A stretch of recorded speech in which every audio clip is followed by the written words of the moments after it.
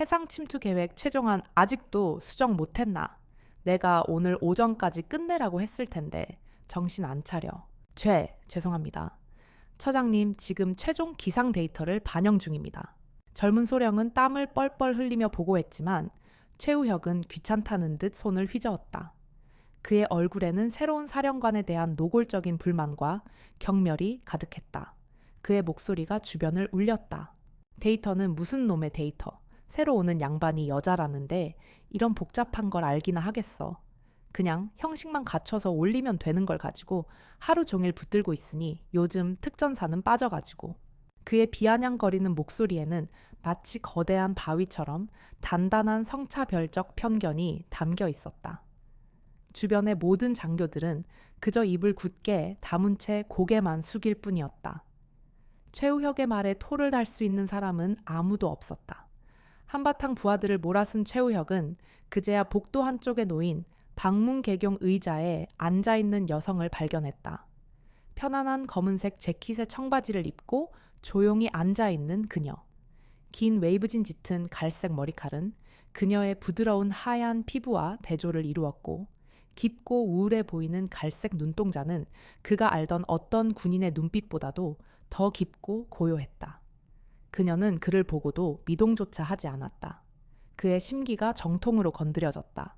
거기 새로 왔나? 어느 부서 소속이야? 최우혁은 그녀를 이번에 새로 전입 온 행정직 군무원이나 세상 물정 모르는 초임 장교로 단정했다.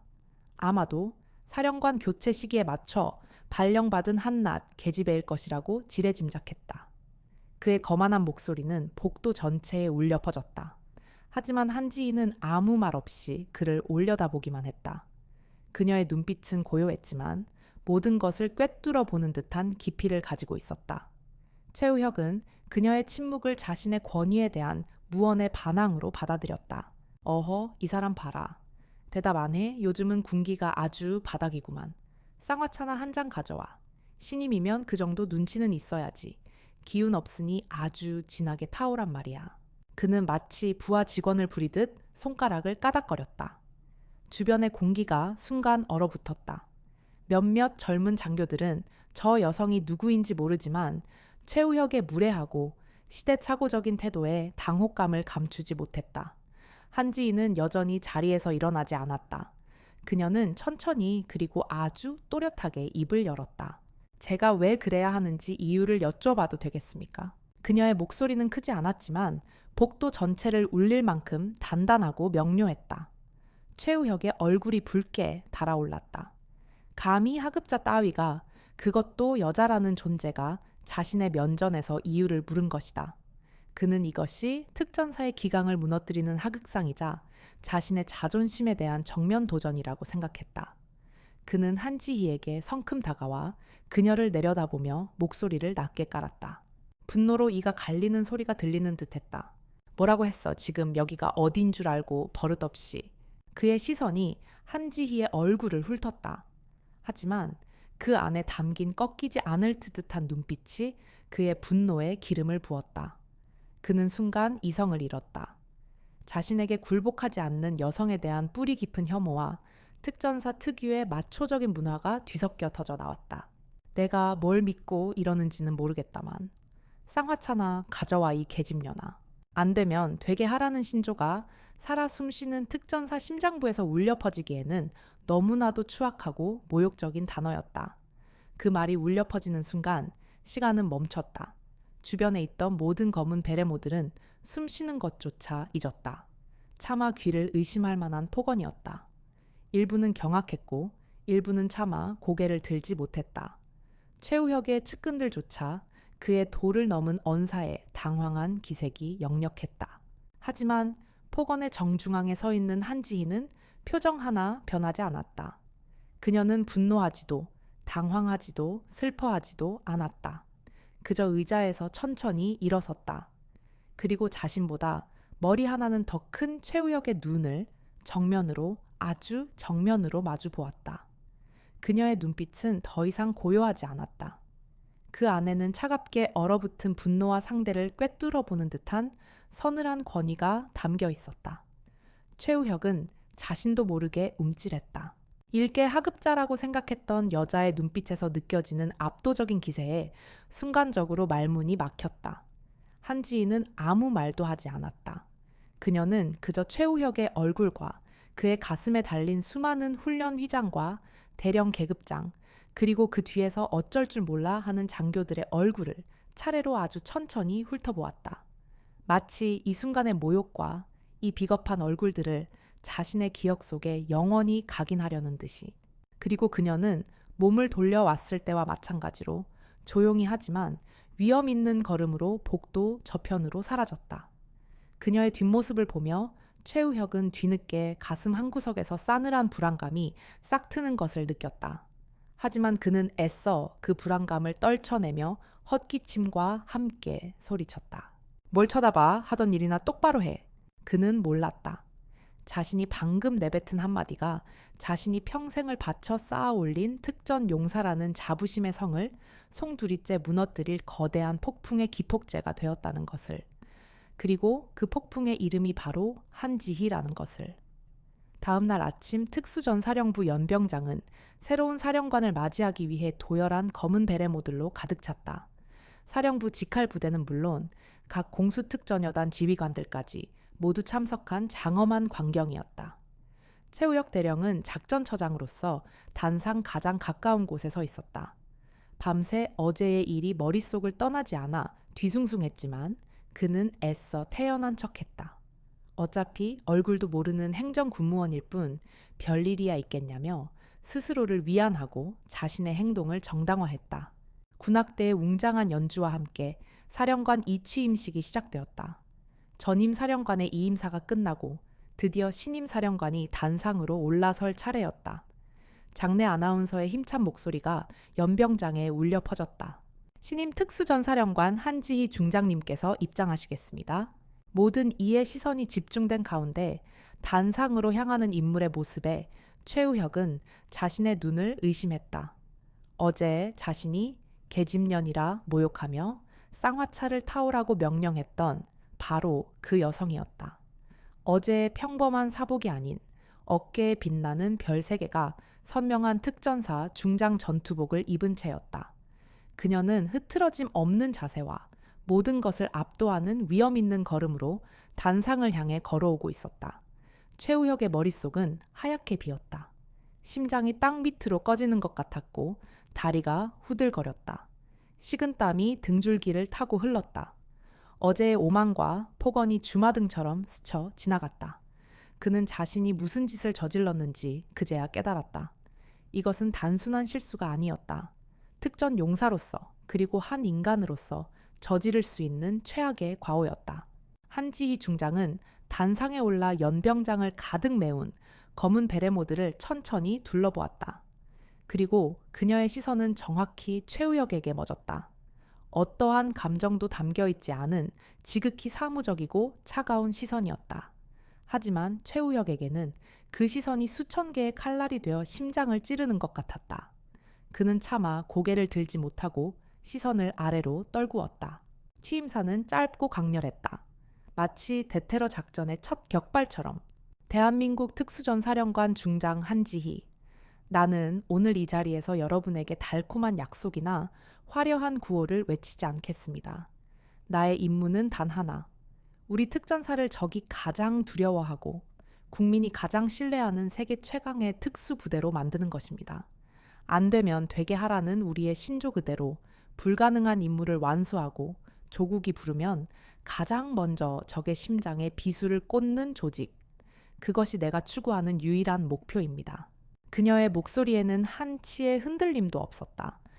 특전 용사들은 그 압도적인 카리스마에 숨을 죽였다. 취임식이 끝나고 곧바로 사령부 지휘부의 첫 작전회의가 소집되었다. 최우혁은 거의 넋이 나간 얼굴로 작전처장 자리에 앉았다. 회의실의 모든 참모들이 새로운 사령관의 첫마디를 기다리며 마른 침을 삼켰다. 한지희는 회의실 전면에 설치된 대형 상황판을 가리켰다.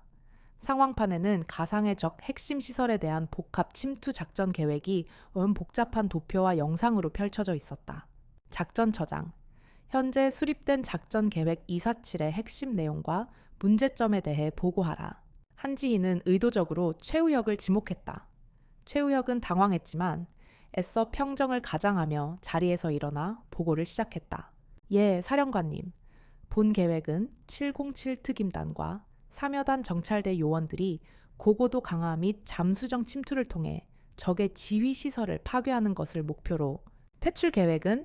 한지희의 날카로운 질문이 최우혁의 말을 끊었다. 예, 퇴출은 계획에 따라 인근 해안에서 대기 중인 잠수정을 통해. 한지희는 자리에서 일어나 상황판 앞으로 걸어 나갔다. 그녀는 지휘봉으로 지도상의 한 지점을 정확히 가리켰다. 그곳은 빽빽한 산악 지형의 퇴출 예상로였다. 이 퇴출로는 내가 707 팀장 시절에 직접 답사했던 곳이다. 지도상으로는 안전해 보이지만 실제로는 적의 민간인 감시망이 거미줄처럼 뻗어 있는 곳이다. 현지 주민들은 모두 군의 정보원이나 다름없어 이 길로 퇴출을 시도하는 건 우리 최정계 요원들을 사지로 몰아넣는 것과 같아. 이 지역의 최신 첩보가 전혀 반영되어 있지 않은데 이유가 뭔가? 회의실에는 정적이 흘렀다. 그 누구도 한지희의 예리한 지적에 답하지 못했다. 그녀가 말한 내용은 그 어떤 첩보 위성이나 보고서에도 없는 오직 현장을 발로 뛰어본 사람만이 알 수 있는 살아있는 정보였다. 한지희의 시선이 이번에는 정보처장을 향했다. 정보처장. 현재 우리 사령부의 첩보 분석은 지나치게 기술 정보에만 의존하고 있다. 현장에서 발로 뛰는 인간 정보의 가치를 간과하고 있어. 대응책은 있나? 정보처장은 식은땀을 흘리며 우물쭈물했다. 그것은 안 되면 되게 하라. 그게 특전사다. 당장 오늘부로 모든 작전 계획을 원점에서 재검토한다. 가장 최악의 상황을 가정하고 가장 현실적인 생존 계획을 포함해서 24시간 내로 새로운 계획안을 수립해 보고하도록. 그녀의 목소리는 강철처럼 차갑고 단호했다. 회의에 참석한 모든 참모들은 전율했다. 이것은 행정군인이 아니었다. 적의 심장을 꿰뚫어 보는 통찰력과 아군의 생존을 최우선으로 생각하는 날카로운 분석력을 갖춘 진짜 특전사 지휘관이었다. 회의 내내 침묵을 지키던 최우혁은 고개를 들 수 없었다. 한지희는 어제의 일에 대해 단 한마디도 꺼내지 않았다. 하지만 그것이 더 무서웠다. 그녀는 사적인 모욕에 감정적으로 대응하는 대신 압도적인 능력과 실력으로 자신을 증명해 보였다. 그녀는 최우혁 개인을 공격한 것이 아니었다.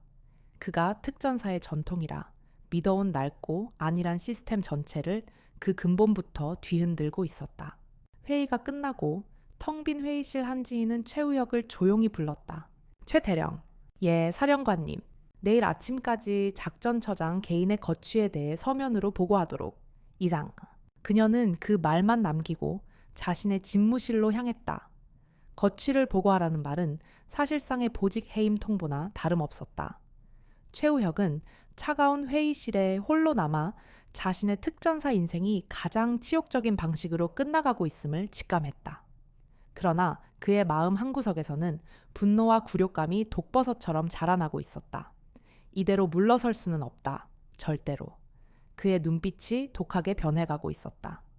그날 밤 특수전사령부의 삼엄한 경계를 벗어난 이천 시내의 한적한 한정식집 별실에는 무거운 공기가 소주병의 냉기처럼 감돌고 있었다. 그 중심에는 작전처장 최우혁 대령이 있었다. 그의 얼굴은 분노와 굴욕감으로 붉게 달아올라 있었고 눈빛은 마치 야간 투시경으로 본 것처럼 이글거렸다. 그의 주변으로는 사령부 내에서 그와 뜻을 같이 하는 고참급 장교 서너 명이 무거운 표정으로 마주 앉아 있었다. 군수처장, 윤대령, 정보처장, 박대령, 그리고 최우혁의 707 직속 후배이자 현재 작전처 과장인 김중령이었다. 무거운 침묵 속에서 술잔만이 쉴 새 없이 오갔다. 별다른 안주도 없이 그들은 독한 소주를 물처럼 들이켰다. 먼저 침묵을 깬 것은 군수처장 윤대령이었다. 그는 최우혁의 오랜 동기였다. 최 대령 이래도 괜찮겠나? 거취 보고라니. 이건 사실상 나가라는 소리 아닌가? 자네의 그동안 공이 얼만데 이렇게. 최우혁은 쓴 소주를 단숨에 털어넣고 잔을 상이 부서져라 내려놓았다. 공 따위가 무슨 소용인가? 평생을 이 검은 베레모에 바쳤다. 천리행군하다. 발톱이 20번은 빠지고 고공강화하다. 죽을 고비를 3번은 넘겼어. 내 온몸의 뼈마디 하나하나가 특전사의 역사인데 어디서 굴러먹던지도 모르는 계집애 하나가 들어와서 나를 내쫓아 어림없는 소리. 하지만 사령관 지신데 어쩌겠습니까? 이미 첫날부터 기선 제압을 완전히 당했습니다. 회의 때 보셨지 않습니까? 다들 꿀 먹은 번거리가 되더군요. 정보처장 박대령이 걱정스러운 듯 말했다. 그는 비교적 신중한 성격이었다. 기선 제압, 그게 진짜 실력인 줄 아나. 최우혁은 코웃음을 쳤다. 707에서 팀장 좀 했다고 유세는. 그 뒤로 10년 넘게 국방부랑 합참해서 행정 업무나 보던 여자야. 현장 감각이 남아있기나 하겠어. 옛날에 자기가 가봤다는 그 퇴출로가 지금은 어떻게 변했는지 알기나 할까. 그저 낡은 기억 하나 붙들고 우리를 무능한 놈으로 몰아붙인 거지. 그의 목소리가 점점 커졌다. 분노와 열등감이 뒤섞인 감정이 터져 나왔다. 그래, 머리 좋은 건 인정한다. 하지만 특수작전은 머리로만 하는 게 아니야. 이 심장으로 하는 거지. 생사를 함께 넘나드는 부하들과 막걸리 한 잔 기울이면서 다져지는 신뢰, 그게 진짜 지휘력이야. 그런데 저 여자한테 그런 게 있나? 회의 끝나자마자 칼같이 자기 방으로 들어가 버리는 냉혈한한테 어느 특전 용사가 목숨을 맡기겠어. 그의 후배인 김중령이 조심스럽게 맞장구를 쳤다. 맞습니다. 저희 작전처 분위기도 말이 아닙니다. 사령관님이 무슨 대단한 걸 발견한 것처럼 말씀하셨지만 사실 그 퇴출로 문제는 저희도 이미 인지하고 대안을 검토 중이었습니다. 그걸 가지고 마치 저희가 아무 생각 없는 집단인 것처럼 몰아붙이니 다들 사기가 말이 아닙니다. 최우혁은 그 말을 기다렸다는 듯이 말을 받았다. 봤지, 결국 자기 공을 세우려고 우리 모두를 밟고 일어서려는 속셈이야. 저런 정치 군인이 특전사를 망치는 거라고. 술이 몇 순배 더 돌자 그들의 불만은 더욱 노골적인 험담으로 변해갔다. 한지희의 지휘 방식 말투, 심지어는 그녀의 사생활까지 조롱의 대상으로 삼았다. 무슨 로봇 같지 않나 감정이라는 게 없어 보여. 독사 같아, 독사. 한 번 물면 절대 놓지 않을 걸. 707에 있을 때도 독종으로 유명했다더군. 그러니 저 나이 먹도록 시집도 못 갔겠지. 저런 여자랑 어느 남자가 살아. 추악한 뒷담화가 오가는 동안 최우혁의 머릿속은 복잡하게 돌아가고 있었다. 그는 한지희에게 정면으로 맞서 싸우는 것이 불가능하다는 것을 깨달았다. 계급으로도 공식적인 명분으로도 이길 수 없었다. 그렇다면 보이지 않는 곳에서 그녀를 흔들어야 했다. 그녀의 지위에 균열을 내고 내부에서부터 붕괴시켜야 했다. 조용히 해봐. 최우혁이 낮은 목소리로 좌중을 제압했다. 그의 눈빛이 음흉하게 빛났다. 정면 승부는 이제 의미가 없다. 우리도 우리만의 방식으로 싸워야지. 무슨 말씀이십니까? 그의 후배인 김중령이 물었다. 저 여자가 가장 두려워하는 게 뭘까? 바로 여론이야. 특전사 최초의 여성 사령관이라는 그럴듯한 포장지. 그게 저 여자의 가장 큰 무기지만 동시에 가장 큰 약점이 될 수도 있어. 최우혁은 잔에 소주를 가득 따르며 말을 이었다. 생각해봐. 최초 여성사령관 부임 첫날부터 부하들과의 불화설 독선적 지위로 특전사 내부 갈등 심화, 이런 얘기들이 밖으로 새어나간다면 어떻게 될까? 언론이 가만히 있을까? 국방부에서도 부담을 느끼겠지. 아무리 실력이 좋아도 부대를 장악하지 못하는 지휘관은 필요 없으니까. 그의 말에 다른 장교들의 눈빛이 흔들리기 시작했다. 위험한 발상이었지만 동시에 솔깃한 제안이었다. 하지만 그런 얘기를 어떻게 외부로 유출합니까? 보안 감찰에 걸리면 우리 모두 끝장입니다. 신중한 성격의 박대령이 우려를 표했다. 직접 할 필요는 없지. 최우혁이 비열한 미소를 지었다. 요즘 세상에 얼마나 좋은 게 많은데. 이름도 얼굴도 필요 없는 공간이 있잖아. 그가 가리킨 것은 바로 누리소통망의 군 관련 동호회나 익명 게시판이었다. 현역과 예비역 특전 용사들이 뒤섞여 활동하는 그곳은 확인되지 않은 소문과 불만이 들불처럼 번져나가는 곳이었다. 내부 사정을 조금씩 아주 교묘하게 왜곡해서 흘리는 거야. 예를 들면 사령관이 현실성 없는 작전 계획을 강요해서 참모들이 밤샘 근무에 시달린다거나 자기 라인에 있는 합참 출신 장교들만 편애한다거나 하는 식으로 말이지. 사실의 거짓을 살짝 섞으면 사람들은 그걸 진실로 믿게 되어 있어. 이것은 특전 용사로서 절대 해서는 안 될 부대의 명예와 기강을 스스로 무너뜨리는 행위였다. 하지만 복수심에 눈이 먼 최우혁에게는 그런 도덕적 가책 따위는 없었다. 그는 한지희를 끌어내릴 수만 있다면 무슨 짓이든 할 각오가 되어 있었다. 이건 단순히 내 개인의 복수가 아니야. 이건 우리가 평생 지켜온, 안 되면 되게 하라는 특전 정신을 지키기 위한 싸움이다. 저런 정치 군인에게 우리 특전사를, 아니 우리 군의 최전개 부대를 통째로 내줄 수는 없지 않은가? 그는 자신의 비열한 계획을 특전사를 위한 희생이라는 그럴듯한 명분으로 포장했다. 다른 장교들은 그의 말에 점차 설득당했다. 그들의 불안감과 불만은 최우혁이 제시한 위험한 계획에 대한 동조로 변해갔다. 그들은 자신들이 하는 일이 부대를 지키는 정의로운 행동이라고 스스로를 세뇌하기 시작했다. 최우혁은 구체적인 계획을 제시했다. 김중령 자네는 전역한 후배들 중에 입이 무겁고 우리를 잘 따르는 녀석들 몇 명을 물색해. 그 친구들 명의로 움직이는 거야. 윤 대령과 박 대령은 내부에 불만 섞인 이야기들을 자연스럽게 수집해서 내게 전달해주게. 내가 그걸 보기 좋게 가공해서 전달하겠네. 우리는 절대 전면에 나서서는 안 돼. 철저하게 그림자 속에서 움직이는 거다. 그날 밤의 작은 한정식집 별실에서는 대한민국 최전개 부대의 심장부를 존먹을 추악한 음모가 소주잔과 함께 무르익고 있었다. 한지희 사령관은 자신의 집무실에서 밤늦도록 낡은 군사 지도를 펼쳐놓고 수십 년 전의 기억을 더듬으며 새로운 퇴출로를 구상하고 있었지만 등 뒤에서 자신을 향해 날아올 가장 비열한 화살의 존재는 아직 까맣게 모르고 있었다. 보이지 않는 전쟁의 서막이 그렇게 올랐다. 최우혁 대령과 그 추종자들의 음모는 신속하고 은밀하게 실행에 옮겨졌다.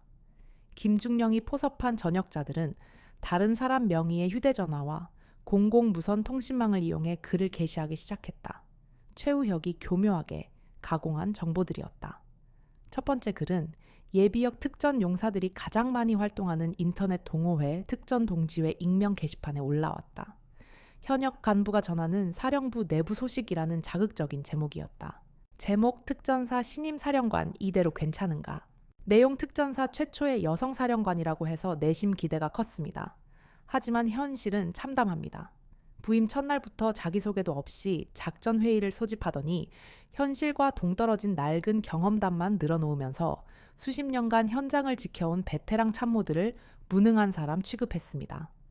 특히 평생을 특수작전에 헌신해온 작전처장님께 공개적으로 면박을 주고 거취를 논하는 모습에서는 실망을 금할 수 없었습니다. 회의 분위기는 살얼음판이고 지금 사령부 본부는 사령관의 독선적인 지시에 따라 밤낮 없이 불필요한 보고서만 만들고 있습니다. 소통은 없고 불통만 가득한 이곳, 과연 안 되면 되게 하라는 특전사가 맞는지 의문입니다.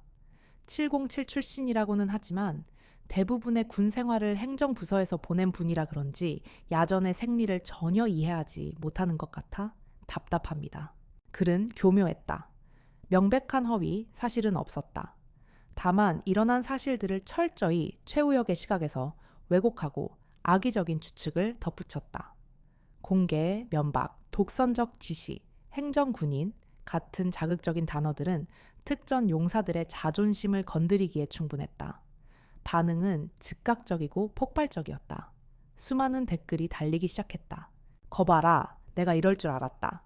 특전사의 여자는 무슨 여자냐. 아무리 그래도 작전처장님 같은 레전드한테 저렇게 대하는 건 아니지. 기본이 안 됐네. 최초 타이틀에 취해서 독재자처럼 군웅우만. 특전사 정신 다 죽게 생겼다. 이거 완전 내부 고발 아니냐? 국방부는 뭐 하냐? 당장 끌어내려라. 물론 일부에서는 아직 섣부른 판단은 금물이다. 글쓴이가 악의를 가진 것 같다는 신중한 의견도 있었지만 대부분은 자극적인 내용에 동조하며 한지희 사령관을 비난하는 분위기였다. 첫 번째 글이 성공적으로 여론을 흔들자 두 번째, 세 번째 글이 연이어 다른 동호회와 누리 소통망에 퍼져나갔다. 이번에는 더욱 구체적이고 악의적인 내용이 담겼다. 제목 한지희 사령관의 충격적인 과거. 내용 지난번 글을 올렸던 사람입니다. 많은 선후배님들이 응원해 주셔서 다시 용기를 냅니다. 한 사령관이 과거 707 시절 체력적인 문제로 동기들에게 많은 민폐를 끼쳤다는 것은 공공연한 비밀입니다. 특히 천리행군 당시 대열에서 나고하여 다른 팀원들이 교대로 군장을 들어줘야 했다는 증언도 있습니다. 이런 분이 어떻게 최전개 특전사를 지휘한다는 말입니까? 능력 위주가 아닌 성별에 따른 배려가 지금의 자리를 만든 것은 아닐까요? 천리행군 나고설, 체력, 미달설 등은 완전히 날조된 허위 사실이었다. 오히려 한지희는 남군들을 압도하는 체력으로 유명했다. 하지만 익명의 공간에서 진실 여부는 중요하지 않았다. 이야기는 살이 붙고 부풀려져 일파만파 퍼져나갔다. 마치 한지희 사령관이 부임한 이후 특전사 전체가 기강이 무너지고 분열된 것처럼 묘사되었다. 사태는 군 내부를 넘어 외부로까지 번지기 시작했다. 몇몇 인터넷 언론사들이 논란이라는 이름으로 이 익명의 글들을 기사화하기 시작했다. 단독 최초 여성 특전사령관 부임 초부터 불통 지휘 논란, 쟁점 체력 미달 의혹까지 특전사 내부 게시글 파문, 자극적인 제목의 기사들이 포털 사이트를 장식했다. 한지희 사령관은 이 모든 상황을 자신의 집무실에서 묵묵히 지켜보고 있었다. 그녀의 부관은 매일 아침 온라인 동향을 정리해서 그녀에게 보고했다. 부관을 비롯한 젊은 참모들은 분통을 터뜨렸다. 사령관님, 이건 명백한 음해입니다. 이렇게 가만히 계시면 안 됩니다. 군사경찰에 의뢰해서 유포자를 색출하고 명예훼손으로 강력히 처벌해야 합니다. 하지만 한지희는 의외로 침착했다. 그녀는 화면에 떠있는 자신을 향한 수많은 악의적인 댓글들을 차가운 눈으로 응시할 뿐이었다. 그녀는 이 모든 것이 어디서부터 시작되었는지, 누가 배후에 있는지 이미 짐작하고 있었다. 최우혁 대령이 거취보고 대신 선택한 비열한 방역이라는 것을. 지금 섣불리 대응하면 저들이 파놓은 함정에 빠지는 것이다. 내가 직접 나서서 해명하거나 분노하는 모습을 보이는 순간 이 논란은 걷잡을 수 없이 커지게 된다. 저들이 원하는 것이 바로 그거야. 나를 감정적이고 불안정한 지휘관으로 만들어서 외부의 압력을 통해 나를 끌어내리려는 속셈이지. 그럼 어떻게 하시겠습니까? 한지희의 눈빛이 서늘하게 빛났다. 독사를 잡으려면 독사가 굴 밖으로 완전히 기어 나올 때까지 기다려야 한다. 그리고 단번에 그 숨통을 끊어놔야지. 그녀는 감정적인 대응 대신 더욱 철저하게 자신의 임무에 집중했다. 새벽 5시면 어김없이 일어나 사령부 연병장을 10km씩 구보했고 주말에는 예하 여단을 직접 방문해 장병들과 똑같이 공수훈련과 레펠 훈련에 동참했다. 그녀의 이런 모습은 익명의 글에서 묘사된 체력, 미달의 행정 군인 모습과는 정반대였다. 그녀의 행보가 담긴 사진들이 부대 내부망에 올라오자 익명의 글들에 대한 의구심을 품는 장병들도 점차 늘어났다. 하지만 온라인상의 마녀 사냥은 멈추지 않았다. 오히려 더욱 기승을 부렸다. 급기야 국방부 대변인실에 이 문제에 대한 질의가 들어가기 시작했고 국회 국방위원회 소속 의원실에서도 관련 자료를 요청해왔다. 보이지 않는 저격수들이 쏜 총알이 이제 한지희의 심장을 정조준하고 있었다. 그녀가 아무리 태연한 척해도 조직 전체가 흔들리는 상황을 계속 외면할 수만은 없었다. 결단의 시간이 다가오고 있었다. 온라인상의 음해는 특전사의 자부심과 기강을 눈에 띄게 좀먹고 있었다. 장교들은 서로를 의심의 눈초리로 쳐다보았고 단결을 생명처럼 여기는 팀 단위 작전에도 미세한 균열이 돋기 시작했다. 한지희 사령관은 더 이상 이 상황을 좌시할 수 없다고 판단했다. 독사를 잡기 위한 보이지 않는 그물을 펼칠 때가 온 것이다. 그녀는 자신의 집무실로 특전사 군사경찰 대대장과 정보처의 보안과장을 조용히 불렀다. 두 사람 모두 한지희가 합참 시절부터 눈여겨봤던 원칙과 능력을 겸비한 신뢰할 수 있는 인재들이었다. 두 사람에게 특별 임무를 부여한다.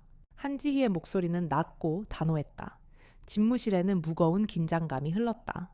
현재 누리 소통망에 유포되고 있는 사령부 관련 허위 사실들의 최초 유포자를 색출하도록. 단 몇 가지 원칙이 있다. 첫째, 절대 외부에 노출되어서는 안 된다. 사령부의 다른 누구도 이 조사가 진행 중이라는 사실을 알아서는 안 돼. 둘째, 섣불리 용의자를 특정하거나 신문해서는 안 된다. 우리는 저들이 방심하고 스스로 꼬리를 드러낼 때까지 기다릴 것이다. 셋째, 단순한 접속 기록 추적을 넘어 그 배후에 누가 있는지, 조직적인 움직임이 있는지 그 연결고리를 찾아내는 것이 핵심이다. 군사경찰대대장인 강소령이 조심스럽게 물었다. 사령관님, 수사권에 한계가 있습니다. 민간 동호회 기록에 대한 열람이나 통신 기록 조회는 공식적인 영장 없이는 불가능합니다. 알고 있다. 한지희가 고개를 끄덕였다. 그래서 공식적인 수사가 아닌 정보 수집과 분석을 지시하는 것이다. 합법적인 테두리 안에서 할 수 있는 모든 것을 하라. 공개된 정보, 내부 제보 주변 탐문, 우리가 가진 모든 정보 자산을 활용해 그들의 행동, 양태를 분석해. 언제, 어떤 장소에서, 어떤 방식으로 글이 올라오는지 그 행동 양태 속에 답이 있을 것이다. 이것은 거대한 퍼즐 맞추기와 같았다. 수많은 조각들 속에서 진실의 그림을 찾아내는 작업이었다. 군사경찰 수사대와 정보처의 최고 전문가들로 구성된 비공식 전담팀이 즉시 꾸려졌다. 그들은 한지희의 지시에 따라 물밑에서 움직이기 시작했다. 조사는 쉽지 않았다. 최우혁 대령 일당은 생각보다 훨씬 치밀했다. 다른 사람 명의의 휴대전화와 가상사설망을 사용해 접속 위치를 계속 우회했고 공공장소의 무선 통신망만을 골라 사용했다. 하지만 그들에게도 약점은 있었다. 바로 버릇이었다. 전담팀은 수십 개의 익명 글이 올라온 시간과 장소를 자료로 만들어 분석하기 시작했다. 그러자 미세한 규칙이 보이기 시작했다. 글은 주로 평일 저녁 8시에서 10시 사이 혹은 주말 오전에 집중적으로 올라왔다. 글이 게시된 장소의 공공무선 통신망 구역은 이천 시내의 특정 카페 군인 복지회관, 그리고 부대 인근의 한적한 공원 등으로 압축되었다. 글의 논조와 사용하는 단어, 문장 구조 등에서 몇몇 작성자의 특징이 드러났다. 특히 특전사 내부 사정에 정통하며 특정 훈련 천리행군 고공강화에 대한 강한 자부심을 드러내는 표현이 반복적으로 사용되었다. 이건 외부인의 소행이 아닙니다. 보안과장이 중간 보고를 하며 확신의 찬 목소리로 말했다. 글의 내용과 행동 양태를 분석해 볼 때 범인은 사령부 내부에 있거나 최소한 내부 사정을 실시간으로 전달받는 인물임이 확실합니다. 그리고 글이 올라온 시간과 장소는 특정 인물들의 동선과 묘하게 겹칩니다. 그가 화면에 띄운 것은 최우혁 대령과 그의 측근, 몇몇의 최근 한 달간의 비공식적인 동선 기록이었다. 공식적인 출퇴근 기록이 아닌 위수지역 출입 기록, 개인적인 약속 등을 종합한 자료였다. 글이 올라온 시각 최우혁 대령이나 김중령 등이 해당 장소 인근에 있었던 정황이 여러 차례 포착되었다. 하지만 이것만으로는 증거가 될 수 없었다. 그 시간에 그 장소에 있었다는 것이 그가 글을 썼다는 것을 증명하지는 못하기 때문이었다. 결정적인 한 방 움직일 수 없는 증거가 필요했다. 기회는 의외의 곳에서 찾아왔다. 최우혁 대령의 음모에 가담했던 인물 중 하나인 김중령이 결정적인 실수를 저지른 것이다. 그는 주말에 자택 아파트에서 자신의 개인 컴퓨터로 익명 글을 게시했는데 가상 사설망 프로그램을 사용하는 것을 깜빡하고 만 것이다. 전담팀은 이 기회를 놓치지 않았다. 국내 포털 사이트에 올라온 해당 글의 접속 주소를 확보하는 데 성공했다. 접속 주소는 이천 시내의 한 대단지 아파트를 가리키고 있었다. 그리고 그 아파트에는 김중령이 살고 있었다. 한지희는 보고를 받고 잠시 눈을 감았다. 드디어 그물의 한쪽 끝이 잡혔다. 하지만 그녀는 서두르지 않았다. 김중령 한 명을 잡는 것이 목표가 아니었다. 이 음모의 머리 최우혁 대령의 숨통을 끊어야 했다. 그녀는 새로운 지시를 내렸다.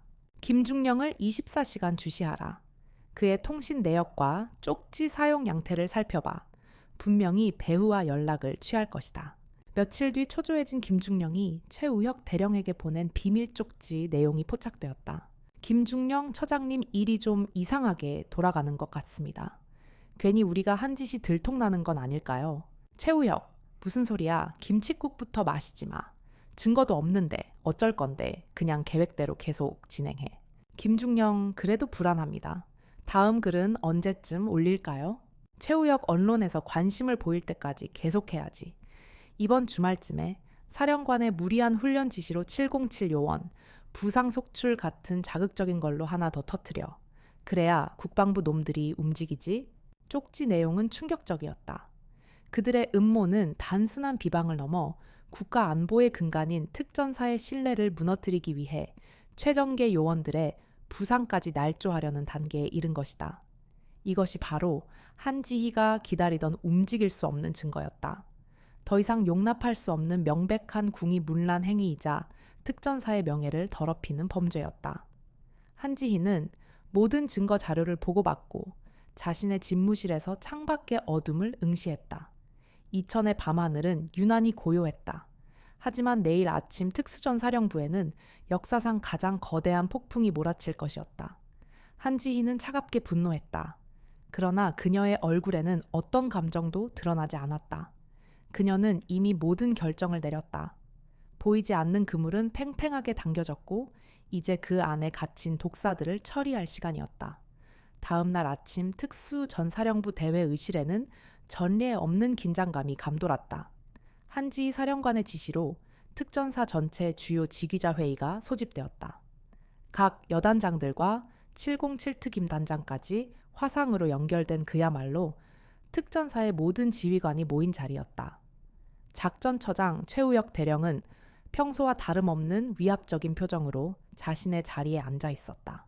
그는 밤사이 김중령과 나눈 불안한 대화를 애써 무시하며 오늘 회의 역시 한지희의 현실과 동떨어진 지시가 이어질 것이라 예상했다. 어젯밤 계획한 대로 더욱 자극적인 허위 사실을 유포할 준비를 하며 속으로 비웃고 있었다. 어디 마음대로 떠들어봐라. 내가 발버둥 칠수록 여론은 더 악화되고 내 자리는 위태로워질 테니. 회의 시작 시각 정시 한지희 사령관이 한치의 오차도 없이 회의실로 들어섰다. 평소처럼 단정한 전투복 차림이었지만 그녀에게서 뿜어져 나오는 기운은 평소와는 비교할 수 없을 만큼 차갑고 날카로웠다. 마치 잘 벼려진 대검처럼 시퍼런 위압감에 회의실의 모든 장교들이 저도 모르게 자세를 바로잡았다. 한지희는 단상에 서서 말없이 회의실을 가득 메운 지휘관들을 천천히 둘러보았다. 그리고 그녀의 시선은 최우혁 대령에게 멎었다. 최 대령은 애써 그녀의 시선을 피하지 않고 마주보았다.